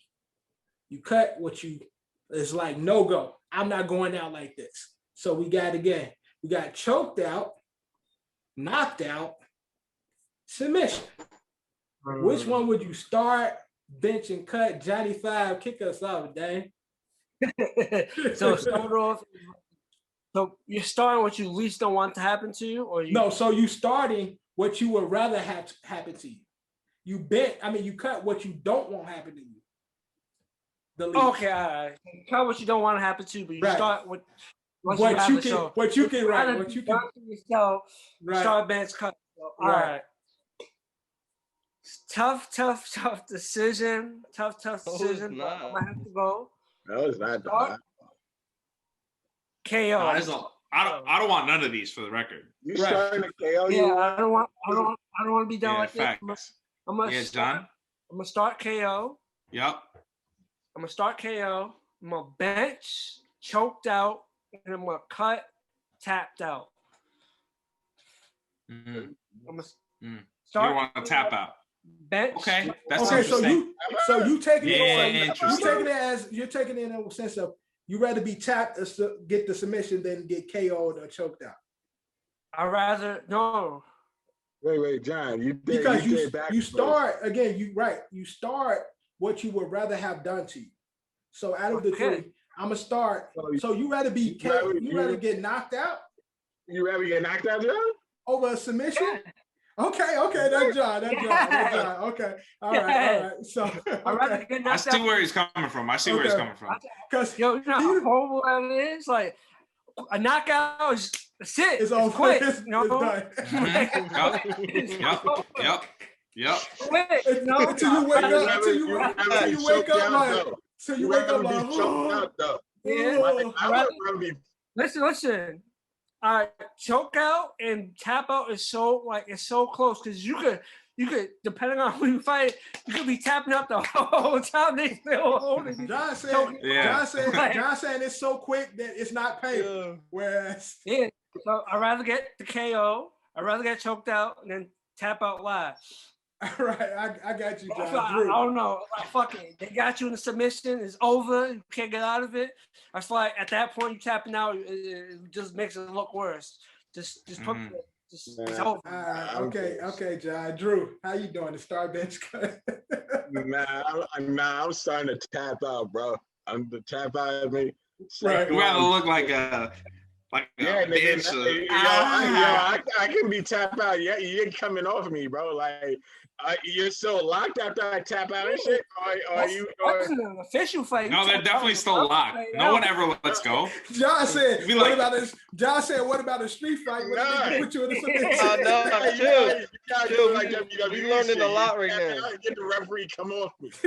John said, what if that's a street fight? That nigga keep that lock in. Yeah. We learning a lot right now. That's my point. Tapping like a bitch. And choked out. I mean that's it. Damn. Got choked out. Nah, chill. You can't change this shit. Finish it. All right, I'm benching to get knocked out. But like Johnny said, just quick. And I'm cutting choked out, bro. I'm not getting choked out for nothing. You gonna have me in a fucking full Nelson choking me out? I don't know. Fucking R word. All right, Kev. R word always makes an appearance on this podcast, and I love it. Yo, at the end of the day, the way I look at it is because I'm starting choked out. I know I can fight. So if somebody get me to a point where it got me in a position to choke me out, they knew what they was doing. Right. And I've been choked out before, but I kind of volunteered for it in Eddie's crib with somebody that does MMA. But that's fine. So second for me, regardless, I'm a win, lose, or draw type of person. So KO is getting benched for me. Cause if it was my time, I'm right. Quick, easy, it's over. The one thing I ain't doing is bitching out. You're gonna have to put me down, son. I'm not tapping out, so I'm cutting that. All right. Sharpshooter. Fucking Win, lose, or draw, boy. Yeah. You know what you started. I ain't gonna forget neither. Who me? Go ahead. Okay. Go ahead. So similar to John, I'm going to start getting knocked out. I mean, whatever, bro. Like that's the one thing we always talk about when it comes to like boxing or like matches like this. Like, all it takes is one hit. So it could take. We used to watch Mike Tyson fights, right? Mike Tyson, you pay all this money to watch it, or your dad has a Scientific Atlanta cable box, so you watch it for free. I don't know whose dad did that, but my dad did. The fight's over in like 30 seconds, right? Not even 2 seconds, 10 seconds. Mike would ruin pay-per-views for people, right? It's like, bro, you get knocked out, but like 9 times out of 10, you see the dude about 5 to 6, 7 seconds later, they get up and they're like, yo, where the fuck am I? It's like, yeah, you might not know math, but like, I don't know math anyway. So yeah, go ahead, knock me out. Illest, quickest nap you ever take is getting choked out, bro. Yeah, okay, exactly. So then I'm a bench tapping out because, again, like, I just picture like looking like a bitch the whole time. You're like, you know what I mean? Like slapping on the wall. You're like, yo, chill. I mean, like, you wrestle with your family growing up and shit. It's like every once in a while, your older cousin or your older brother, or, I don't have older brothers, but like your older cousin puts a lock on you and you're like, yo, chill. And they don't stop. But it's like, because it's hilarious. And like, why would you stop? I used to do it to my little brothers too. I would put them in an ankle lock, whatever it was, any kind of submission. They tap out, be like, fuck that, I ain't letting go. Right. Now, getting put to sleep, that's a whole nother level, man. You might not wake up. You know what I mean? Yeah, like you actually feel the life come out of you. Your air is gone. Right. We talked about this pre. Like you think, in my opinion, you think you're dying. Like you thought you died. Yeah. Like, you probably went to another place. You went to heaven. And my list is honestly, if you get choked out, are you even living in the real world? Yeah. Or are you living in heaven? Again, mine is identical to Ed's. I'll start getting knocked out. Yo, in the fight, anybody that got into a fight, sometimes it can just happen. Like it's a part of, if you scrapping, the nigga can catch you. You could be winning and the nigga just catch you. And it's like, all right, you got that. You got that. Like, you got that. Submission, although I feel like, yo, I ain't letting nobody just submit me. Like, it's gonna take some shit. Yeah, like you gotta break my arm, break my leg. You might be at the verge of breaking my shit before I actually tap out. But choking out, bro, you gonna die. If you choke me out, I kid you not, on my son, I'm coming for your life. You are not choking me. You're not choking me out, bro. I can't go for that. Like, and then you know how that's like fucking drowning. Like, you know how helpless you gotta feel. It's waterboarding. Like to be choked out and just slowly watch you fucking pass out. Like, yo, bro, like watching yourself go to sleep. Nah, bro. Yep. Do not. It's like your arm is broken, but it's like, yeah, but I didn't tap out though. And then you trying to fight it. And then nigga just taking your breath away. Like, bro, you dying. Technically, if someone has you in a position to choke you out, right? And they put you whatever position they have and they holding you, right? Basically, by the time you tap it, it's still like you still got choked out the fight. But again, we keep talking about how you don't let go of the lock. And if you don't let go of the lock, a tap out could turn into a tap out is just the most helpless. Tap out is just the most helpless 1 out of 3. And I just can't. I mean, the choke out is the most helpless, and I just can't go out like that, bro. You choke me out, just know, whoever listening, I ain't coming and I'm going to take your life. Cause I can't go like that. I can't live with your life didn't get taken. Unless my life, unless the nigga unless you better put me down for that one. Cause other than that, bro, I can't go like that. So definitely fuck getting choked out, bro. Don't even do me like that. Why would you even disrespect me and choke me out like that? Like, bro, come on now. That's like too foul. That's foul play right there. So nigga, cut you in a full Nelson. Cut you choking you out. All right, next up, we got 3 of the greatest athletes turned actors. So we got Dwayne "The Rock" Johnson. We got Arnold, bodybuilder Schwarzenegger. And then we got the transporter, Fast, Hodge, all that, whatever character he was. Which one is he? Hobbs. He's Hobbs. And Whatever. he's what's his name in No, he's not it's Hobbs. my favorite movie of The all Rock time. is Hobbs. Not He's- Hobbs. No, He's Shaw. not Hobbs. He's Shaw. God. Yeah. So Jason what's his name Statham. in Handsome Rob? Handsome Rob. Right, and Handsome fucking, Rob and, Italian Job. That's Italian my Job. movie, dog. So we got The Rock, Dwayne Johnson, Arnold Schwarzenegger, Jason Statham, athlete turned actor. Who you starting? Who you benching? Who you cutting? Kev, kick us off. I'm starting to Rock, obviously. I'm benching Arnold. Look at John perked up. That's disrespectful. And I'm cutting Jason. And my one simple reason is the first two have more either iconic roles or movies that they participated in. Because for me, Jason Statham, I rock with him, but Transporter's fire, the first one. The second one, the shit starts to get out of hand. And then the Italian Job, and even in the Italian Job, Ain't you seen he's Crank, not dog? the best. You ain't seen Crank, dog? You ain't seen High Voltage? Crank is my shit. Crank- High Voltage. You is ain't seen kinda- High Voltage? High Voltage is kind of Crank trash, is but Crank is It's so trash, No, but Crank it's is good. lit. It's so trash that it's good. No, Crank No, is lit. sorry. Crank is lit. No, Crank is lit. All right, Ed. Crank is back. fire, dog. Star bitch cut Ed. So in this respect, so again, I took it as far as like the acting career is gone, and I'm sorry, man, but I've seen the Tooth Fairy. I've seen definitely have the the game worst- plan. The game plan. bro. I've seen. Listen. I've seen the Scorpion King. Oh, I've seen trash. the Mummy Returns, or whichever mummy that Yeah, was. Mummy Man, when The Returns. Rock first Yeah. popped, Don't do that. The Rock. This was is referencing both of their careers on trash, dude. both No, sides, no. regardless. I did this. Look, as I did this I as a don't- nerd. Jason I did doesn't this have as a a movie career on buff. the other side. No. I did this as a nerd. I did this as a movie. What other side?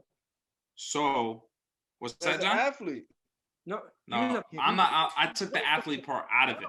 I only he specifically has did. a career. Athlete I He did has the a career, movies. but we're talking about career right there. prolific Nah. in both. When you think I about it, and break it did. down. I Who's did this prolific in both? specifically on movie career. The Rock is garbage as an actor. Look, You there never were the funny said- moments. The other That's guy's hilarious. He was only in the movie for like 20 seconds, right? You know, the Fast and the Furious movies, he's an unrealistic superhero. Doom. Did you guys see Doom? Trash. God, that movie was awful. Like, just, I mean, The Rock just takes bad. Yeah, the Bad. Rock has some Now, No. as a celebrity, so rocky, as a but the celebrity, Rock hits. The Rock is up here as a celebrity. Right. Out of all three of them, The Rock is here. As an Right. athlete, too, in my opinion, out of the three of them, The Rock is here. But based on movies, The Rock is trash. in No, movies. I mean, bro, the he did a Bold movie with Rock Kevin HBO Hart is the called shit. what was that movie? Central Intelligence. And he was Yeah. like he was in like a I fast like suit. that shit. Yeah, he was a geek. Yo, that movie Intelligence was King Hart was the awful. shit. That was Look, funny. The Rock is funny in moments, but like, man, I can't stand watching that Central movie Intelligence sometimes. was a So good movie. in that regard, because again, Yeah. it's an athlete transitioning into film. So Right. the way I see it is that like, look, as an athlete, you're the man, but like, and your celebrity is high, but your like acting is garbage. So Right. I'm cutting The Rock. I got some movies, man. The Rock- I don't know how you can cut. Jumanji. I don't know how you can bench or cut Jingle All the Way, Terminator. I don't know how. Jingle All the Way is my shit. That's Predator, that shit, boy. Twins. Jingle All the Way is really Twins that is shit. dope.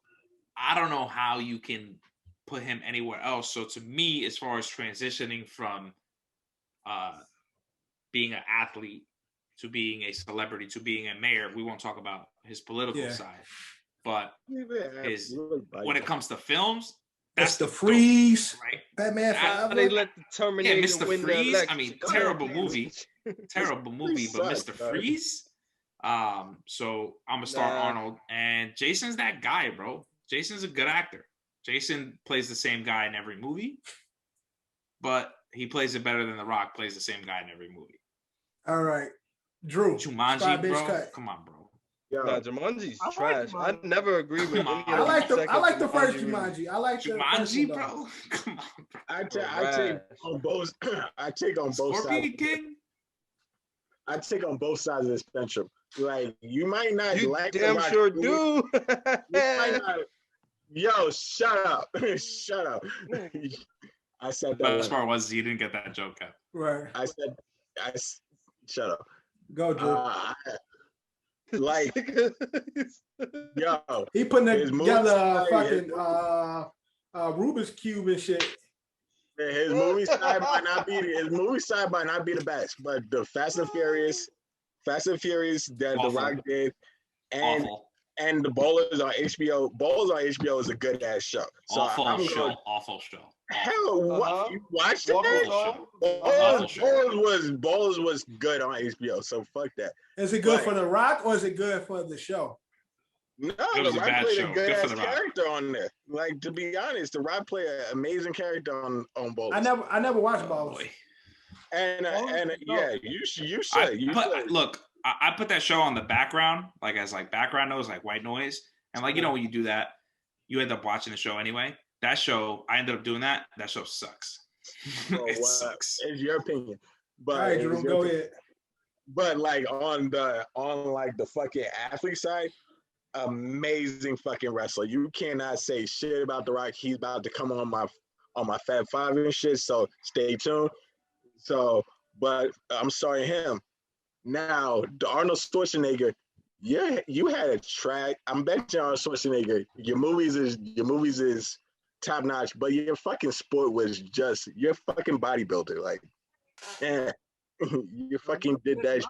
Now, Drew, don't get the bodybuilder. Man, fuck that bodybuilder shit. Nigga come squeeze your head.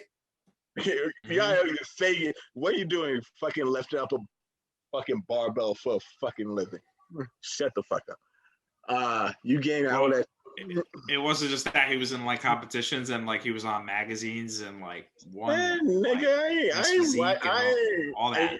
I ain't fucking. He was on the cover of magazines before Just The Rock was even like. Because of your Terminator, I'm benching you. You got benched. Your bodybuilder shit almost got you cut though. Yeah. But Jason Statham, I'm gonna have to cut you. All right, John. Oh, wait, he cut Statham. A lot of craziness, but it's a no-brainer. You start Arnold Schwarzenegger. Thank you, John. Thank you, John. When it comes to the movies, come on, that's like arguably the action movie GOAT. Like it's Arnold. I'm bench him. It ain't like I cut him. Like if you go movie to movie with Arnold versus these two, I'm pretty sure Arnold stacks up. Like Arnold really has his movie shit. True Lies, fucking fire. Word, that ass. True Lies, great movie, yeah. Like Arnold's really that guy. What's the other shit where he with the machine? His wife his wife was an agent that he put on the machine to fucking. He was somebody else. I'm about to pull this shit up. They redid it with Colin Farrell. They redid it with Colin Farrell and the lady from Underworld. Total Recall. Total Recall. Was it? Yeah, Total Recall. No? Yeah, Total Recall. Total Recall. Yeah. Total Recall. That's what it is. Because we were just watching the other day. So me and Sabrina. Arnold. If you really go back, Arnold really has the movie. Yeah, that's what I'm saying. Yeah, the movie he did where what's the name of that movie? It was in the early 2000s. I thought it was dope too. The shit where he had to protect the female from like the devil. He had to fight like the devil. I don't know about Arnold had to protect Shorty from the devil. Yeah. He had to like fight. Arnold really it was like 7 days something. I think I know what you're talking about. I think I know, but I'm not sure. Period is usually defined as an amount of time. Alexa, shut up. John, you starting Arnold. Who you benching? Yeah, that's easy. Who you benching? I am benching. What you call it? I am benching The Rock. Ooh, that's biased. And I'm cutting Jason Statham. Yeah, The Rock's movies is trash, bro. It's so bad. It's so bad. All right, so look. Skyscraper. You thought that was a good movie? Yeah, that movie. Skyscraper's not bad though. It's not bad though. Actually, that movie was was trash. It was. San Andreas is It was better. trash. San Andreas Okay, is do me a better. favor. Do me a favor. Can before we continue, can anybody name a good movie that The Rock was in? Walking Oh, wait. Tall, Fast. Gridiron Gang. Okay, time out. Walking Tall and Running Scared are the same movie. Same movie. Yeah. Faster. No, Running Scared was Paul No, Walker. What no, was the- I know what you're talking about. Oh, you I said know what you- Faster, right, John? No, what's that? They the same movie. What's that and I movie? know what you're talking about. One got Johnny the Knoxville, same the other movie. one got the South guy. Sean William Scott. What the hell's the name of that movie? That shit. The I love same that movie. like you said. God, monkey. You cannot. His athlete side is the Go bomb. monkey, get away from me, monkey. God, man, monkey. God, All right. Next. His movies are bad. So look, I'm starting. Gridiron Gang was not good, Kev. Okay, Arnold, no, I like Gridiron Gang. I like Gridiron Gang. Not a good movie. So I'm starting Arnold, of course. Arnold again. Besides like fucking Bruce Willis and fucking Sylvester Stallone, those are like the action heroes. Yeah, action heroes. Like those are the guys. So definitely starting Arnold. Live No. action hero. Arnold Schwarzenegger. Right, the last action hero, Arnold Schwarzenegger. You heard the movie I was talking about is called End of Days. I think I know what you're talking about, but I'm not exactly sure. But definitely starting Arnold. Now, I look at it like this between my bench. I love The Rock. I love The Rock. But other than what movie, other than Walking Tall and that other shit, that's the same movie. I don't know why I can't think of the name. Gridiron. Gridiron Gang's trash. Ed's favorite Arnold Schwarzenegger movie is Junior, which was a hilarious movie, by the way. Junior's a good movie. Junior is hilarious. What's that movie? The Rundown. The Rundown. Thank you. Right. Yes. Other Same than- movie. Walking Tall, Yeah. Rundown, same Yeah. movie. Walking Tall. And the only reason why Rundown. The Rundown was good was because Sean William Scott and Christopher Walken. Get Smart. Period. Get Smart. The Rock was hilarious on Get Smart. That shit is trash. Oh, that shit yeah, is but like, trash. and Get Smart. And what was the other one with Vince Vaughn? Oh, it was Get Smart. Yeah, we're talking about the same movie. But but The The Rock he had to play Rundown- some flamboyant character who only Again, had 30 seconds in The film. Rundown is the only movie of The Rock's that I could be like, when I see it, I'll stop and watch. I'm Everything else, not gonna stunt. Moana was dope. oh well, Moana is my Uh, shit, but I don't watch it. It's not for The Rock. It's the music. I love the music. It's not of for The Moana. Rock. It's for the music and Y'all the kids. But- haters, yo. Again, Nah, The so Rock is I'm trash, cutting bro. His movies The is Rock. garbage. I'm cutting The Rock. Pain No Gain. Pain and Gain. Yeah, I was about to say. Pain and Gain was hilarious, but that was all That's fucking, another ass movie. That movie That's not good. all Mark Wahlberg. But That's that all movie Mark not Wahlberg. good from either one of them. That movie was It's not good at trash. all, actually. It's actually a sad movie. It's really, really sad. Baywatch was alright. Come on. Baywatch was Who garbage. saw that? Who saw that? Garbage. Who saw that? Baywatch. Garbage. Nobody saw Garbage that. movie. Nobody watched I that watched movie. it. It was terrible. Again, cutting The Rock. Alexandra and Daddario bitching Jason- was like the best thing in Jason it. Statham. Yeah, I'm not gonna because- lie. You compare The Rock. My decision was biased because you compare The Rock shit to Jason Statham shit. Jason Statham shit. Yeah. Yo, Jason like, Statham was in you know, fire movies. The Rock was That's what in I'm saying. trash Like, movies. yeah, Rock shit is trash. So I'm cutting The Rock. I love The Rock, but I'm cutting The Rock and I'm bitching Jason Statham. Last and star bench cut. Now this was I honestly put this on here for DQ, being he the E gamer, Cake. Johnny the E gamer. Like these three games are some of the You gonna biggest. leave me out of that conversation? Yeah, Ed, I don't know. I don't really class you as like the nerd gamer as I do John and DQ. Shit, But Cake. all I play is MMOs and I've been RPGs. playing games to Yeah, go. I didn't. All I Drew play ain't is even MMOs talking and to me. RPGs. What the hell? I'm on my Xbox all day. What the fuck? Drew, Oh, I don't even you talk on to your you. what? My bad, Your my Xbox bad. all And day? I didn't mean to disrespect you in that sense. You're but when I talk games, it's usually coming I was from biased. DQ and You said- and John. So you go. Because I'm closet, bro. Okay, Drew, you never got nothing to add to game conversation. So shut up. What you said, Ed? Talking about y'all never closet gamer. asked about game conversation. You Closet. never I'm in the closet. have Hiding. anything to add to it. Oh, So, What you gonna say, Kev? Y'all bum. all right, Get so me on look, that Call of Duty, my nigga. Get me on that Call of Duty, my nigga. He was a So small here- robot. State was in the one with Jet Li also. he was one of the Yeah. cops. He was one of the cops. Yeah. I take that out. That was a biased out by me. It was a All right. biased out. At least you know. So we got 3 of the. As far as athletics are concerned, The Rock is here. But Right. movies, The Rock is. So we got 3 of the most competitive e-gaming games in the e-gaming competitive world. We got Fortnite, we got Halo, and we got Call of Duty. Oh, this is easy. Bench cut. Drew, kick us off. Start bench cut. I am starting Call of Duty all day. I am benching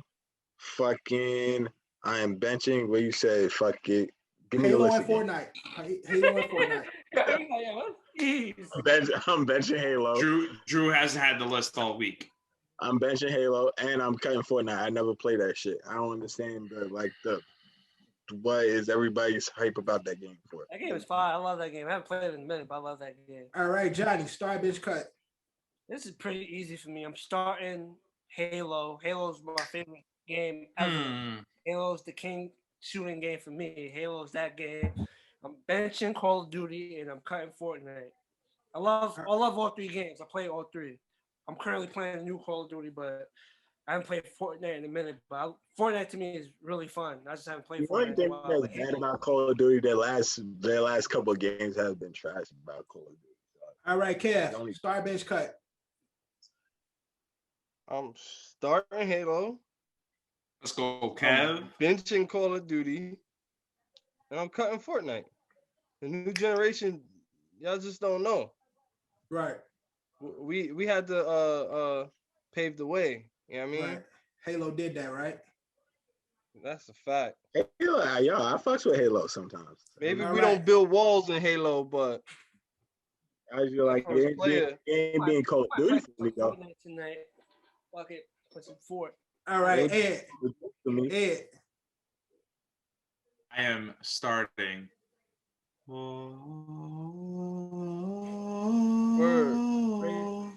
Great. You ain't never won a gun battle, didn't realize you got stuck with a sticky grenade and died after, bro. Obviously, it's young Halo. generations don't know, son. Nah. Halo, obviously, the shit, the game, the best game. Period. Yeah, it's unrealistic. You can jump around. What did Call of Duty do? Like literally 3 years later, they literally made you super jump and do all that crazy shit that you could do in Halo. Yeah. Now, I do love the battle royale aspect of it. Obviously, Call of Duty has adapted it. I'm assuming when the next Halo game comes out, they will also adapt it and they will do much, much better. But the OG PUBG was better than Fortnite, so therefore I'm going to cut Fortnite's bitch ass. And I will bench Call of Duty. Yeah, I mean, I honestly, I used to go back and forth about this. Where PUBG at? Yeah, Fortnite sucks. Yo, I don't. I still play it.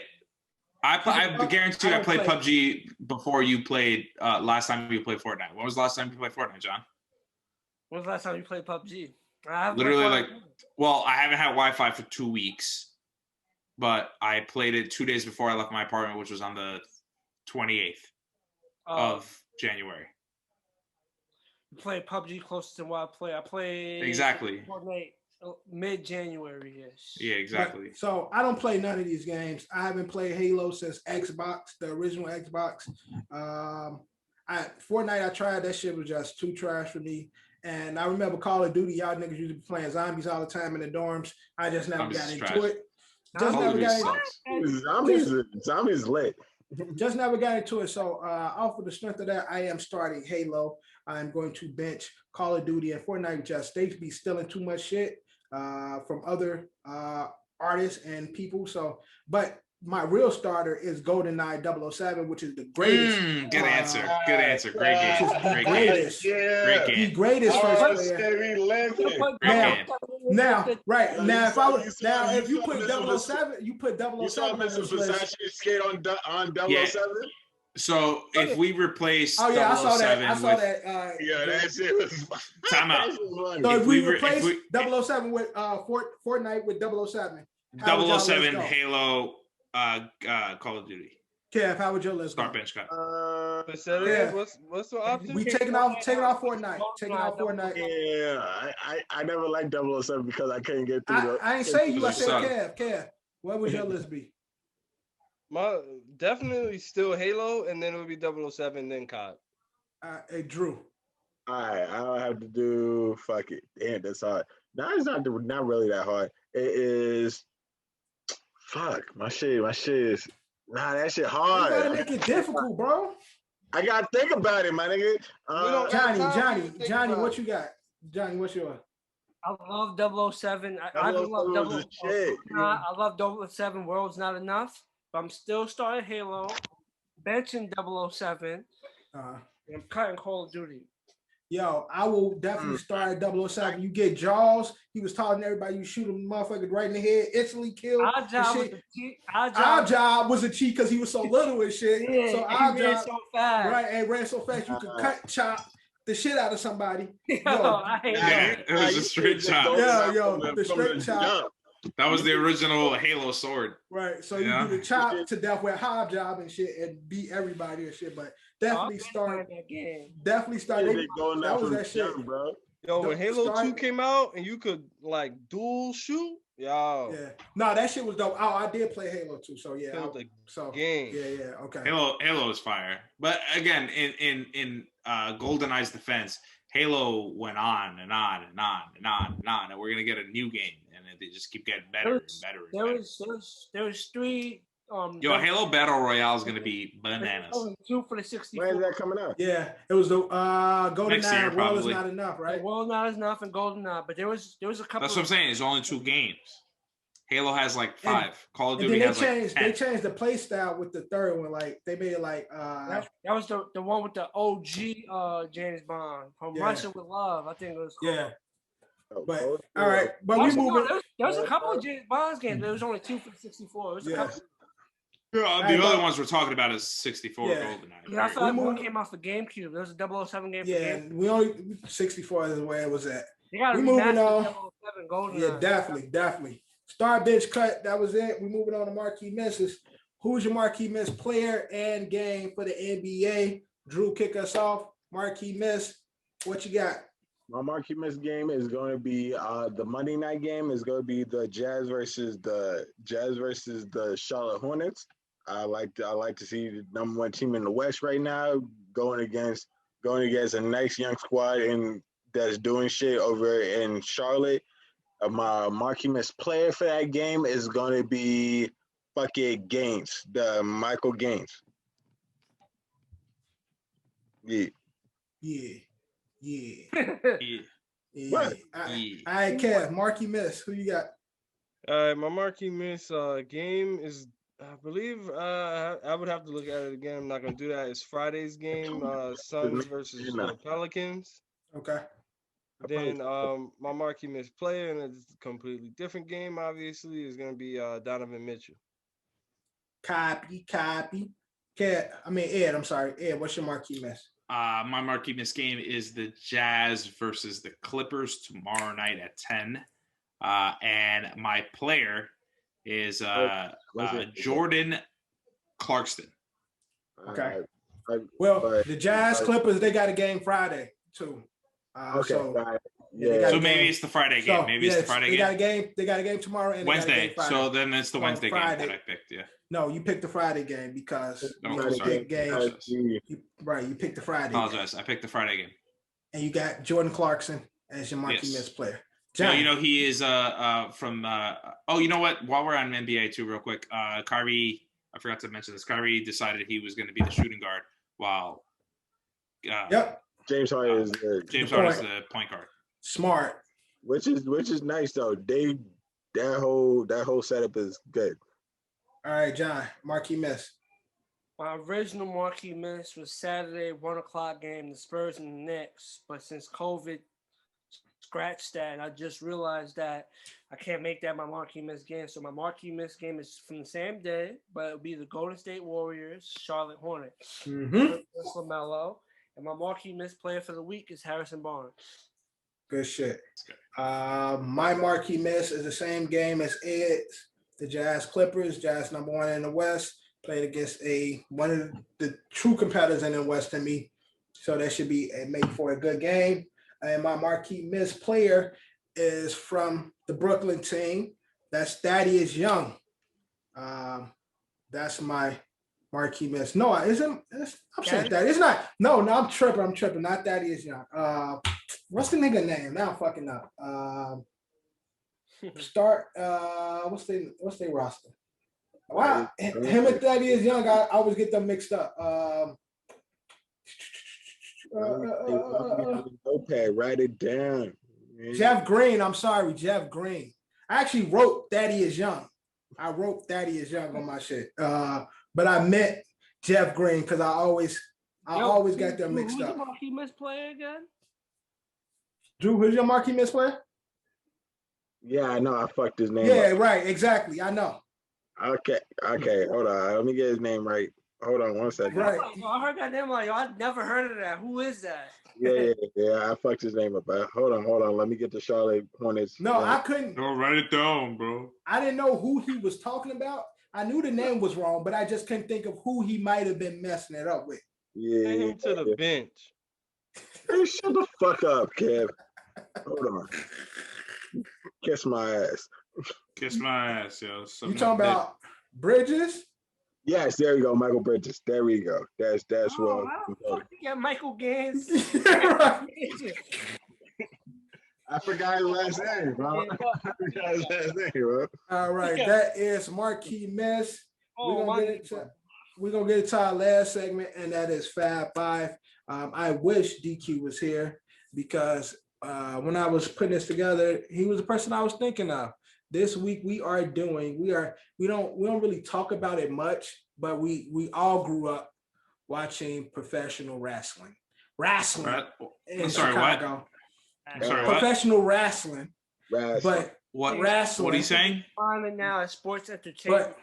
But right now, professional wrestling, but wrestling in you guys is vernacular. Wrestling.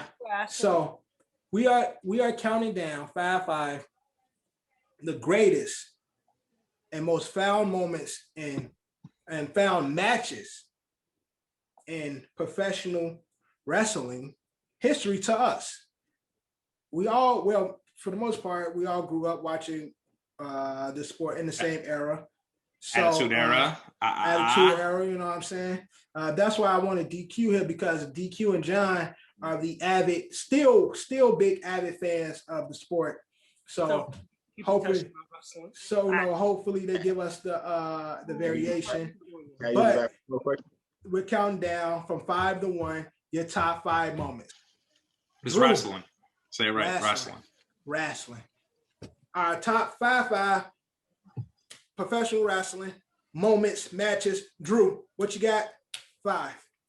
Arguably the most famous WWE women's match of all time on Raw Monday night. I forgot the damn year, but it's Trish Stratus versus Lita.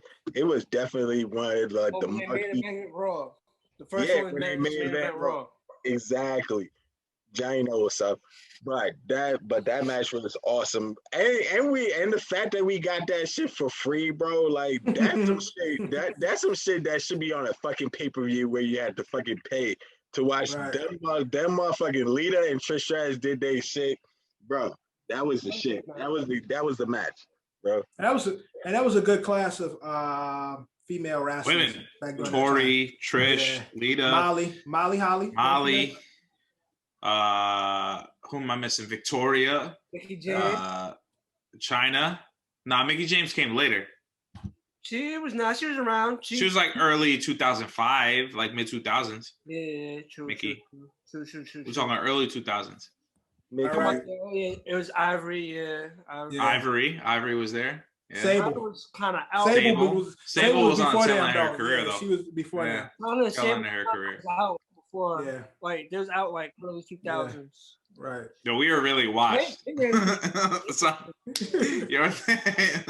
Like to us, we sound normal, and anybody listening, like, it's like, yeah, I remember that. But you gotta remember, like, I mean, I got a younger brother who's literally 25. Was like, yo, who the fuck are you talking about, son? Who's Sable? Kev at number 5. What you got?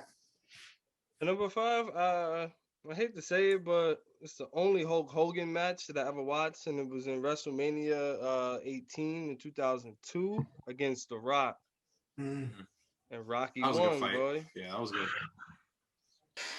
All right, John, at number 5. Number 5, I forgot what pay-per-view it was. Oh, I got them all. Stone Cold Steve Austin versus Triple H in the 3 Stages of Hell match. Good match. Good match. The first match was 2003? a regular match. Yeah. 03 SummerSlam. Second match was a last man standing, and then the third one was a cage. Or the second match was no, but the 3 Stages of Hell. No, I got. I'll get to it. Go ahead. All right, Ed, at number 5. My number 5, just to pay homage, because this was almost an entirely Jeff Hardy list, but I decided last minute to not do that. But The Rock versus Stone Cold, WrestleMania 17. You got a Rock Stunner and you got a Stone Bottom. If you don't know what that is, that's when The Rock gave Stone Cold a Stunner. Right. Yep. And The Rock gave Stone Cold gave The Rock a Rock Bottom. Right. So my number 5, because I know none of you losers are gonna pay respect to the other brand, which is the WCW, which I grew up watching. I was WCW. Look, man, we all did. I know the little brother. That's all he could get on cable in the shop. No, WCW came on like right before Raw used to come on. Like Monday Night Nitro. Right, Monday Night Nitro. Yes, was lit. Booker T and them, man, WCW had some dope matches. They had some dope matches, and my favorite match from the WCW was Starrcade 1998. It was Goldberg versus Kevin Nash. Now this was I was gonna mention that. I got a Goldberg match on my damn stuff. This is when Goldberg came and he was whooping niggas' ass in 2 seconds, coming out spear and jackhammer. He was 173-0, and then it was the championship match between him and Kevin Nash. Scott Hall Hoaz came in, hit him with the taser. He tased Goldberg. Nash coming with the bomb, the jackknife power bomb, and beat Goldberg and broke the record. Goldberg, as you know, I've said before, is one of my favorite wrestlers in the sport. So number 5, I had to put some WCW on there. That was a dope match, but that would definitely be on my honorable mentions. But that was a dope match. Good times as a child. Good time as a child. All right, Drew. At number 4, what you got? Yeah, everybody else's. Yeah, that was everybody. Oh shit, I was not paying attention. All right. Okay, but my number 4 is going to be when fucking CM Punk ran off with the WWE title after Money in the Bank, where he beat John Cena. So corny what he did though. Nah. Wasn't John Cena like beat up already? Nah, it wasn't just a match. It was the setup. The setup was, remember the infamous pipe bomb, bro? Like them whole promos that they cut before the actual match got set up. Right. That shit was fucking bomb, bro. Like, and the whole fact that he ran off with the WWE title at the end of it, which they made him come back after 2 years, after like what, I think it was like 2 weeks, because you ain't gonna run off with the WWE shit. But that match was sick. No. That was the end of CM Punk, pretty much. John Cena first, yeah, because Triple H is a little bitch, bro. That's why I was in the Paul. We're talking about Paul like that. And it was Michael Bridges versus. We not talking Triple H talking, but Triple H talking to CM Punk is Michael Bridges talking to Paul Levesque. That was why you always looking Don't be talking about Paul. Don't be talking disrespect on Paul. Yeah, word. That's what you told me to say. It was a little stutter. All right, cool. Who you talking to over there? Dude, like, yo, he's talking to his man, so hold him back from going crazy. It's Little Drew. It's Little Drew. That's his alter ego. Who in the room with you, bro? Every episode you talking to somebody on the side. Nah, nigga, I was actually folding my clothes, so shut up. With one hand. All right, Kev, at number 4. Yeah, number 4, I got a tag team match that I remember vividly. It's a No Mercy match, 2002. Rey Mysterio and Edge versus Chris Benoit and Kurt Angle. What was it was Chris Benoit and what was Kurt their Angle win faction that name? match. What was the faction name? I don't remember. Right, a faction. Evolution. It was a faction name. But that was one of the first shits I wrote down. Evolution with No, Triple it H. wasn't Evolution. I'm talking about with Chris Benoit. No, but I'm saying Edge and Rey Mysterio had Eddie and Chris have been like best friends forever. Yeah, and that which one, is that one sad what sets happened to up- both of them. That But sets up my number 3. Edge and Rey Mysterio had a good storyline for a long time. sad what happened to Eddie, not sad what happened to Chris Benoit. He did that. All right, John, at number 4, what you got? At number 4, I got Undertaker versus Mankind, 1990. Hell himself. Yeah, bro. Fuck you, Johnny. Yes. I'll just go because me and Johnny Simpatico, I have that at my number 4 too. So Ed, go ahead at number 4. Well, I did want to put that one on there, but I felt like it was going to be on the list, and I kind of wanted it to be different from everybody. Remember, this was supposed to be an entire Jeff Hardy list. My number 4 was actually taken already. It was mentioned, so I switched it. And somebody else had that. We'd mentioned him a little bit earlier before, but 2004's No Way Out, Eddie Guerrero versus Brock Lesnar. Eddie finally wins the championship, with a little bit of interference by Goldberg, but, it didn't really help out. Eddie did hit him with the belt when the ref was out. But just like the iconic moment when he finally hit that frog splash and finally got the count out, he jumped into the crowd. I mean, like, this was Dirty Eddie. This was Dirty Eddie. This was I lie, I cheat, I steal Eddie. This was my favorite Eddie. This was not only Dirty Eddie. This was Jack Eddie. Right. You know what I mean? Like, and like, even though he was Mexican, like, the muscles right here and shit. Yeah, he had all that. Obviously, his untimely death came shortly after, unfortunately. But this was when I was just like, teaching my brothers and my cousins about like wrestling. You know what I mean? Like, I'm like, yo, like now I'm putting you onto wrestling. So it's like, to me, that was an iconic moment, and I did not pay for No Way Out, but I did get to watch it live. It was awesome. Right. That's what's up. All right, Drew, at number 3, what you got? At number 3, the fucking it was WrestleMania 17, the TLC match, man. When the Dudley Boys versus the Hardy Boys versus Edge and Christian. Which one though? Which one? WrestleMania 17. 17. Okay. No, the stupid shit that Jeff Hardy did in that fucking match, bro. Like, tell me how that nigga was like fucking walking on like at Raw the next morning, bro. So because this was a almost entire Jeff Hardy podcast, list, I will tell you. So there was a documentary that I watched when I was younger. But Jeff was literally like, he had back spasms and was seizuring. Shortly after that, too, he was suspended from the WWE for failing drug tests because he was taking multiple drugs and drinking a lot. That was the first time he got suspended. So yeah, he took a big toll on his back after he did that. All right, Kev at number 3. All right, number 3, WrestleMania 17. Again, another match that I remember vividly. This was a 1, Dev, for your reference point. Kurt versus Chris Benoit, man. Great match. And that was Kurt's. WrestleMania 17 was fire, bro. Yeah, it was. It was fire. Win It ever. really was fire. Like, I remember how vividly, like, emotional Kurt was at the end of that match. And I remember thinking in my head, even at such a young age, like, why does he look like an asshole? Like, in his America striped shirt. He's the most decorated fighter of all time. When he would take the don't forget, he won a gold medal. Yeah, right. That's why he won a gold medal with a fucking broken freaking neck. Okay, bro. He was balling after that shit. I remember that shit like it was. You suck. 15 plus years ago. You suck. Yo, Kurt Angle was really that guy though. Like Kurt Angle was a strong, like athletic motherfucker. He could do everything. Like everything. Kurt is definitely that guy. All right, John, at number 3. Number 3, I have Drew mentioned it early, but earlier number 3, WrestleMania 17, the TLC Edge Christian. TLC baby.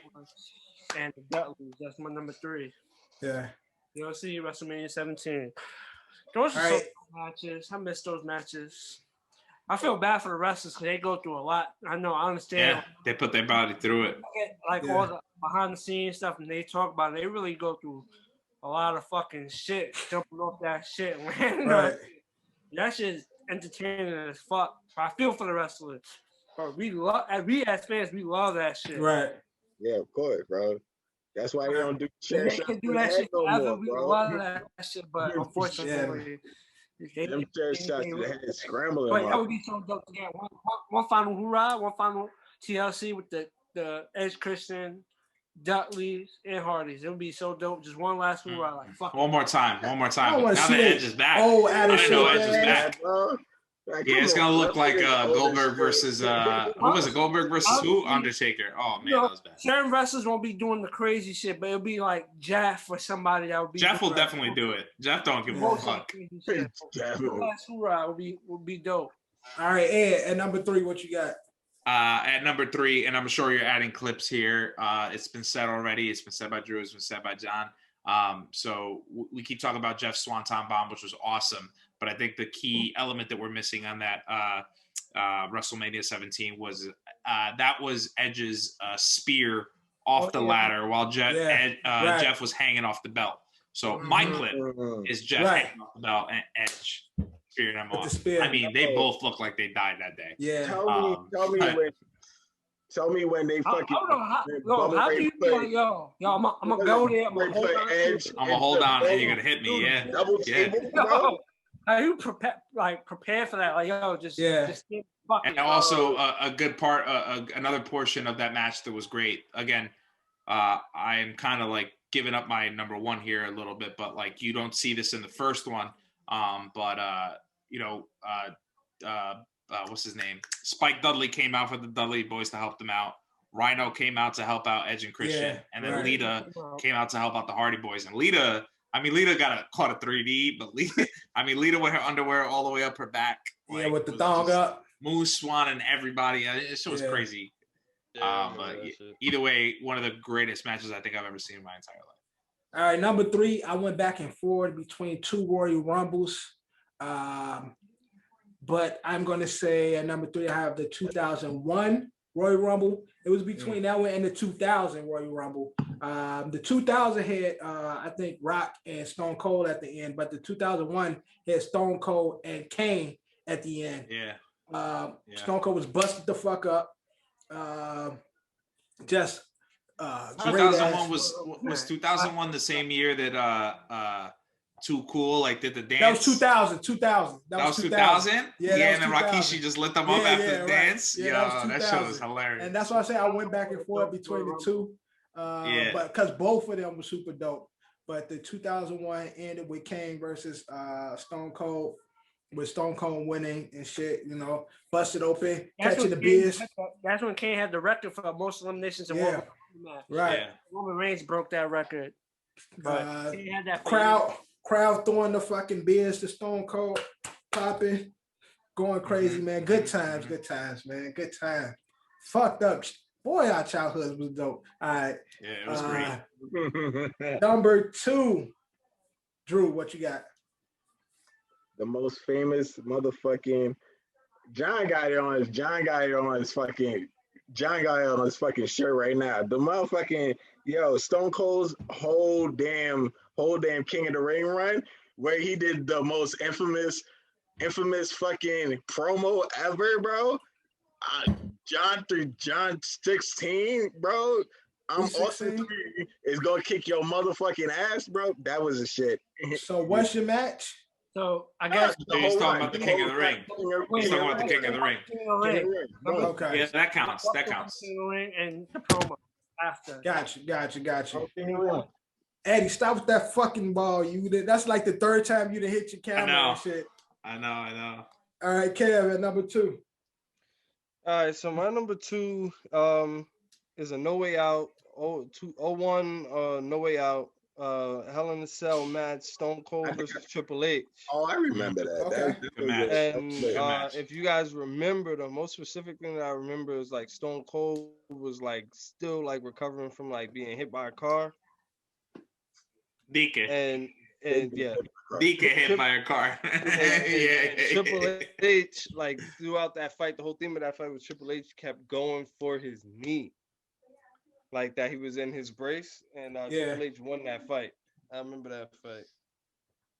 All right, John, at number 2. Good old days. At number 2, I got Stone Cold Steve Austin versus The Rock, WrestleMania 19. Yeah. I almost made my list. Was good. Yeah, that's one. It made my list. It was like WrestleMania 17 was probably the better match, but it made my list because this will be the Stone Cold send-off match. It will be the last match he will ever wrestle. Yeah, I forgot. I thought he had another one after that. No, that was it. After that, he retired. You know, he would appear, but he would never wrestle a match again. What? That's when he was like on this like the fucking general manager. He was like a sheriff or like okay. I remember that shit. Going at it with Bischoff and shit. All right, Ed at number 2. My number 2 is a mixture of a lot of things. I don't know if you can necessarily call this a match, but it was the Invasion, the ECW, WCW merger when Stephanie comes out as the owner of WCW and Shane comes out as the owner of ECW. But I guess the clip you put in is when Steve Austin came out and helped everybody out and just cleared out the whole ring. Well, they actually had a match. Everybody. Remember, they did have the team WWE versus. Right, but I'm talking more so that brawl. That one brawl when they tried to invade. And Steve just came out and like WWE or WWF was getting fucked up. And then Steve just came out and just started lighting everybody up with stars. And everybody was just waiting for him, right? They were like, when am I gonna get mine? When am I gonna get mine? Okay, I got it. Oh. But that's how I used to be a lot of times with the finishes. It's like I used to always think like, yo, why y'all ain't rushing this man? Everybody like get stunned, wait, run up. Miss, he kick, stunner, next person. The Rock, Rock was infamous for doing a full backflip and shit when he got stunned and shit. Like it was him and Shawn Michaels too. Shawn Michaels always used to do that. Do the OD. But my number 2 is Hell in the Cell 2000. The Rock, Rikishi, Kurt Angle, Undertaker, Triple H, Stone Cold, Steve Austin, and Armageddon. One of my favorite 6-man. 6-man Hell in the Cell at Armageddon. That shit was lit. Rikishi was up there kicking ass. Kurt Angle, they on top of the cage. Was that Elimination Chamber? No, it was the Hell in the Cell. Hell in the Cell. I believe Kurt Angle won. Yeah, Kurt Angle won. Kurt Angle pinned someone that Stone Cold stunned somebody and Kurt Angle. I think he pinned Rikishi.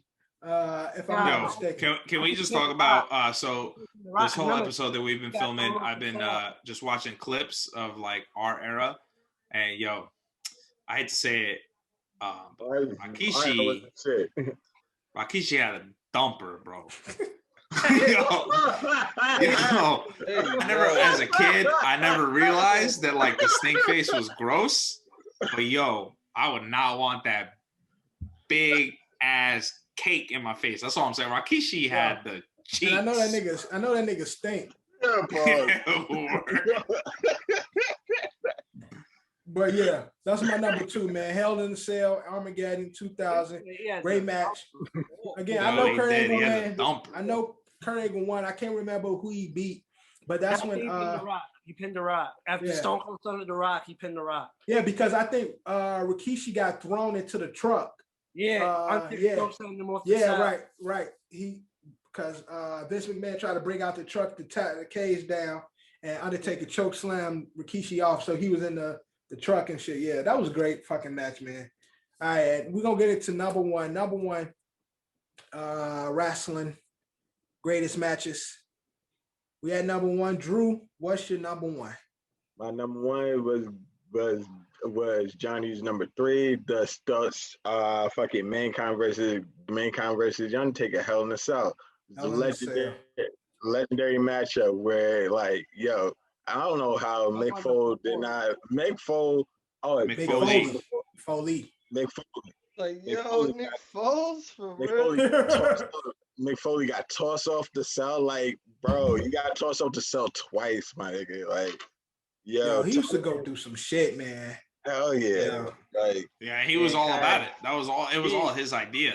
He was a sick fuck. where he fucking empty out the tax, bro, and when the Undertaker he got reversed by the Undertaker lifted his ass up and just straight up power bombs him right on the fucking rows of tax that he just laid out, bro. Like, oh my nigga, like you see a bloody image to this day where a fucking tooth is just hanging out from his nose and shit. Like whole face is bloody, my nigga. Like sticking mad. Oh my god. Let's not forget he literally got thrown through a cage and through a ring. Word. Like I know, my nigga. That shit was crazy. But that's a great match, man. Again, it made my list as well. Kev at number one. All right, my number one was mentioned already, but in what turns out to be their final match against each other, The Rock gets off 3 rock bottoms in WrestleMania 19, Stone Cold versus The Rock. And that one I remember vividly because I didn't want it to be done, man, but it was all over. Yeah. They weren't gonna fight again, bro. Yeah, man. That was it. Brahma Bull. Yeah, man. Versus Rattlesnake. That was The Rock's first win against Stone Cold at WrestleMania. He was briefly 0-2. Yeah. And again, that was kind of like the and then transformation they was like butt buddies becoming... after that. They was whispering in each other's ear and shit like that after that match. Let's be real, they were always friends. I mean, that was like the transformation of Rock becoming like really a superstar. Like Rock started off like getting his ass whooped by everybody. He was like the star ascending, but he really set himself into superstardom at that point. John, at number one, what you got? My number one is HBK, Undertaker, WrestleMania 25. Oh my god, that was. I thought you were gonna do the "I love you." Awesome match. Sorry. That was an honorable mention when he retired my guy Ric Flair. That was the previous WrestleMania. That was WrestleMania 24, I believe. Yeah. 24. Yo, yeah. that kick is nasty though. That sweet chin? Yeah, that sweet shit. chin. That yeah. I'm sorry. That I love you. Match, Put him to sleep. Word. HBK and Undertaker. That match. Allegedly. That match was. Woo, that was a crazy match. Bro, I'm sorry. That's the only finisher. That's the only finisher I believe like niggas is really going to sleep. How can you fake it?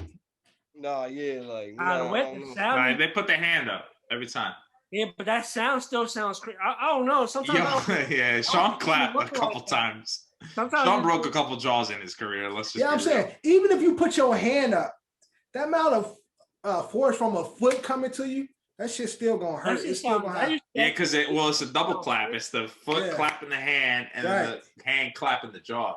Right, of course, Sean. He used to do his smack on the leg. And and then simultaneously, Sean's clapping. Remember when Sean when they brought back DX and they got into like a little argument? Oh man, that was fun. This past when y'all all say stop watching wrestling. 2006. And Shawn Michaels went on like a sweet chin music spree backstage, and he was just kicking the shit. Yeah, he was kicking everything. Yeah, I remember that. That's it. But I'm gonna throw that clip number one was Undertaker, HBK. Shawn Michaels, arguably the greatest in-ring performer ever, because when he wrestled, he put on the show. Shawn Michaels is one of my favorites all time. It's a lot. That's why we used to talk the whole Mount Rushmore shit. It would be difficult for me because it's tough. There's a lot of great wrestlers. I think I got my Mount Rushmore. It's gonna be Undertaker. Got to be HBK. You got Triple H. Then you got The Rock. That's my Mount Rushmore. Bro. All right, Eddie at number one. What you got? So guys, I hate to keep doing this, but I keep watching clips here, and why did we let John Cena get away with jean shorts for as long as we let him get away with it? Why we let John Cena get away with? Yeah. Why? Big as hell. Shuffle? Yeah. Yeah, why we let him get away with anything he did is amazing. Why we let him get away with the Tony Yayos, huh? Yeah, Tony Yayo. Why we let him get away with? Speaking of athletes transitioning, all he did was stole Too Cool's fucking idea. Yeah, 100%. But he was the greatest rapper, athlete, word life. But we let him get away with the Marine. Speaking of actors or athletes turning into actors, that movie was awful. And now he's going to be in the next Fast 9 where he was Dom's brother. Now we have to believe that Dom had a brother that we didn't know about. Anyway, honestly, the movie's going to be fire, but it's going to be weird for like the first 30 minutes. The movie's going to be as bad as the last like 6 have been, but we'll pretend that we like them as much as we. We're gonna still watch them. We still gonna watch. Of course. I'm definitely watching that shit. But my number 1 is the original. WrestleMania 2000. It was the triangular ladder match. That was the original Dudley Boys, Hardy Boys, Edge and Christian. Edge and Christian win that one. That was the first one leading up to WrestleMania 17. Jeff did eventually, I think that was when he had the double table where he put and that's the clip I want, is where he has Bubba and Devon in the tables and he does the double tables on top of each other because Devon and fucking Bubba Ray are fucking psychopaths and put tables on top of tables But that was the original TLC match before it was a TLC match. Yeah, so my number 1, again, not the same as Ed, but the TLC match. And again, like Ed said, the what I remember is Jeff trying to get the belt. And that's WrestleMania 17. At WrestleMania 17. Yeah, 17. Right off the, that shit is like imprinted in my brain. Like, right? Yeah. Yo, and like I can just see the flashes going off as the tackle happened and shit. Like, yo, that shit is so epic. And I was just, again, over this last week, just rewatching all this shit. Like, it feels as good as it did when I was a kid watching this. Like, man, this shit just was so like fucking awesome to see. Just great entertainment, man. Too bad. Also, I'm currently watching CM Punk like taking the belt from Jeff at Extreme Rules in 2009 after he just beat the shit out of fucking Rey Mysterio to retain his fucking title. And CM Punk's bitch ass cashing in the Money in the Bank. I didn't catch CM Punk. I was done with the sport by then. Bro. CM Punk's a clown. I would say in conclusion, we definitely all he was trash. Our early 2000s. Right, the early 2000s. But sure. Any honorable mentions? I definitely have like Ed said, the I love you. I'm sorry. That on there, the WWF versus the Alliance, the big brawl that kicked off that whole Stone Cold coming out fucking up everybody and shit. The TLC with The Rock, Undertaker, Jericho, and Triple H. Ooh, I got a good one. So I got Brock Lesnar versus Kurt Angle. That was good. Ooh, but I got finally a rerun that I actually got to watch, and it was WrestleMania 3, Hulk Hogan versus Andre the Giant. Yeah, that was actually a really good match. And the original TLC, the original TLC, Raven Ramon versus HBK. I said Raven Simone, but that's Razor Ramon. Razor. Right. Razor. I said Raven Simone. But yeah. The original ladder match, right? That's so Scott Hall at that time with the WWF, he was Razor Ramon, and you should do the pick. Hey yo. That was my guy, bro. That was my guy. I used to love doing this finisher on people and shit. I had one too. I cut it out because again, this was almost an entirely Jeff Hardy list. But Jeff Hardy versus The Undertaker back in 2001. It was a regular Raw. It was a regular SmackDown show. It was the American Badass Undertaker, who was currently the WWE champion. That was Raw. Ladder match. The ladder match was Raw. It was a ladder match. It was Raw. Sorry. So it was a ladder match. Jeff came out. He got on the bike. Undertaker was like, "What the fuck is he doing?" Jeff fucked him up pretty early on, and it was Jeff's match. It was his style of match. It's a ladder match. Undertaker obviously ended up winning that match, and then gave Jeff one more last ride right before he left. After he won the match, which was pretty blatant. And then Jeff, the match was over, and Jeff grabbed the mic and he was like, "Yo, fuck you, Taker. Da da da da. I'm still up. And then Taker came back in after he rolled up with the bike, came back into the ring, like picked up Jeff by his scruff and like went to go knock him out. And he was like, nah, he like lifted his arm up and he was like, yo, this guy. So obviously Jeff Hardy is the best wrestler that ever existed in the entire WWE. Honestly, I don't think people pay enough respect to him, but man, shout out to my nigga Chris Jericho. Chris Jericho is like, Chris Jericho is really one of my first undisputed champion, period. One of the best wrestlers I've ever seen from WCW. That's where he started, and then he transitioned over to WWF when the Alliance happened. When they used to have the WCW versus the Wolfpack versus NWO and shit, red and black, white and black, versus the WCW, the DDPs, the fucking Goldbergs and shit. They actually had that match where they put two rings together in a cage, and it was WCW versus NWO, Wolfpack versus the white and black. Dope matches. Another dope match, honorable mention, it was the Giant, which was Big Show at that time when he was with WCW. Him and DDP. He was whooping DDP's ass. He tried to choke slam him off the ropes.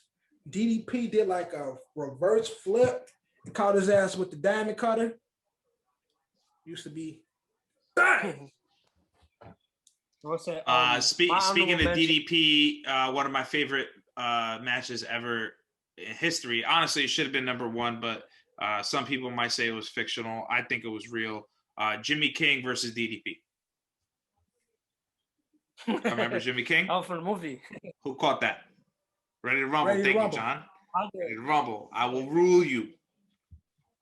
Again, great time in the sport because I used to love Ready to Rumble. That was my shit. Like Ready to Rumble is still one of the best movies ever. That's one of my honorable mentions too. The first War Game match, the Triple Cage match, WCW. The Triple Cage match. That's the first one. I didn't have a specific match of it, but the WCW's version of the Royal Rumble when they had the 3 rings and they had all the rings. Yeah. That was an honorable mention of mine. Chris Jericho versus Shawn Michaels, WrestleMania 19, dope match. Anytime DX was on camera. WrestleMania 20, the triple threat match, Chris Benoit, Shawn Michaels, Triple H, a dope match, which Chris Benoit won and him and Eddie celebrated with both their titles in the ring. It was a great moment at the time, but time will pass and it will be stained with actions that happened. Sad. Out of wrestling. And rest in peace to the homie Owen Hart, man. Both of them. Rest in peace to the homie Owen Hart, the only white man that was in the Nation of Domination, man. Rest in peace to my guy Owen Hart.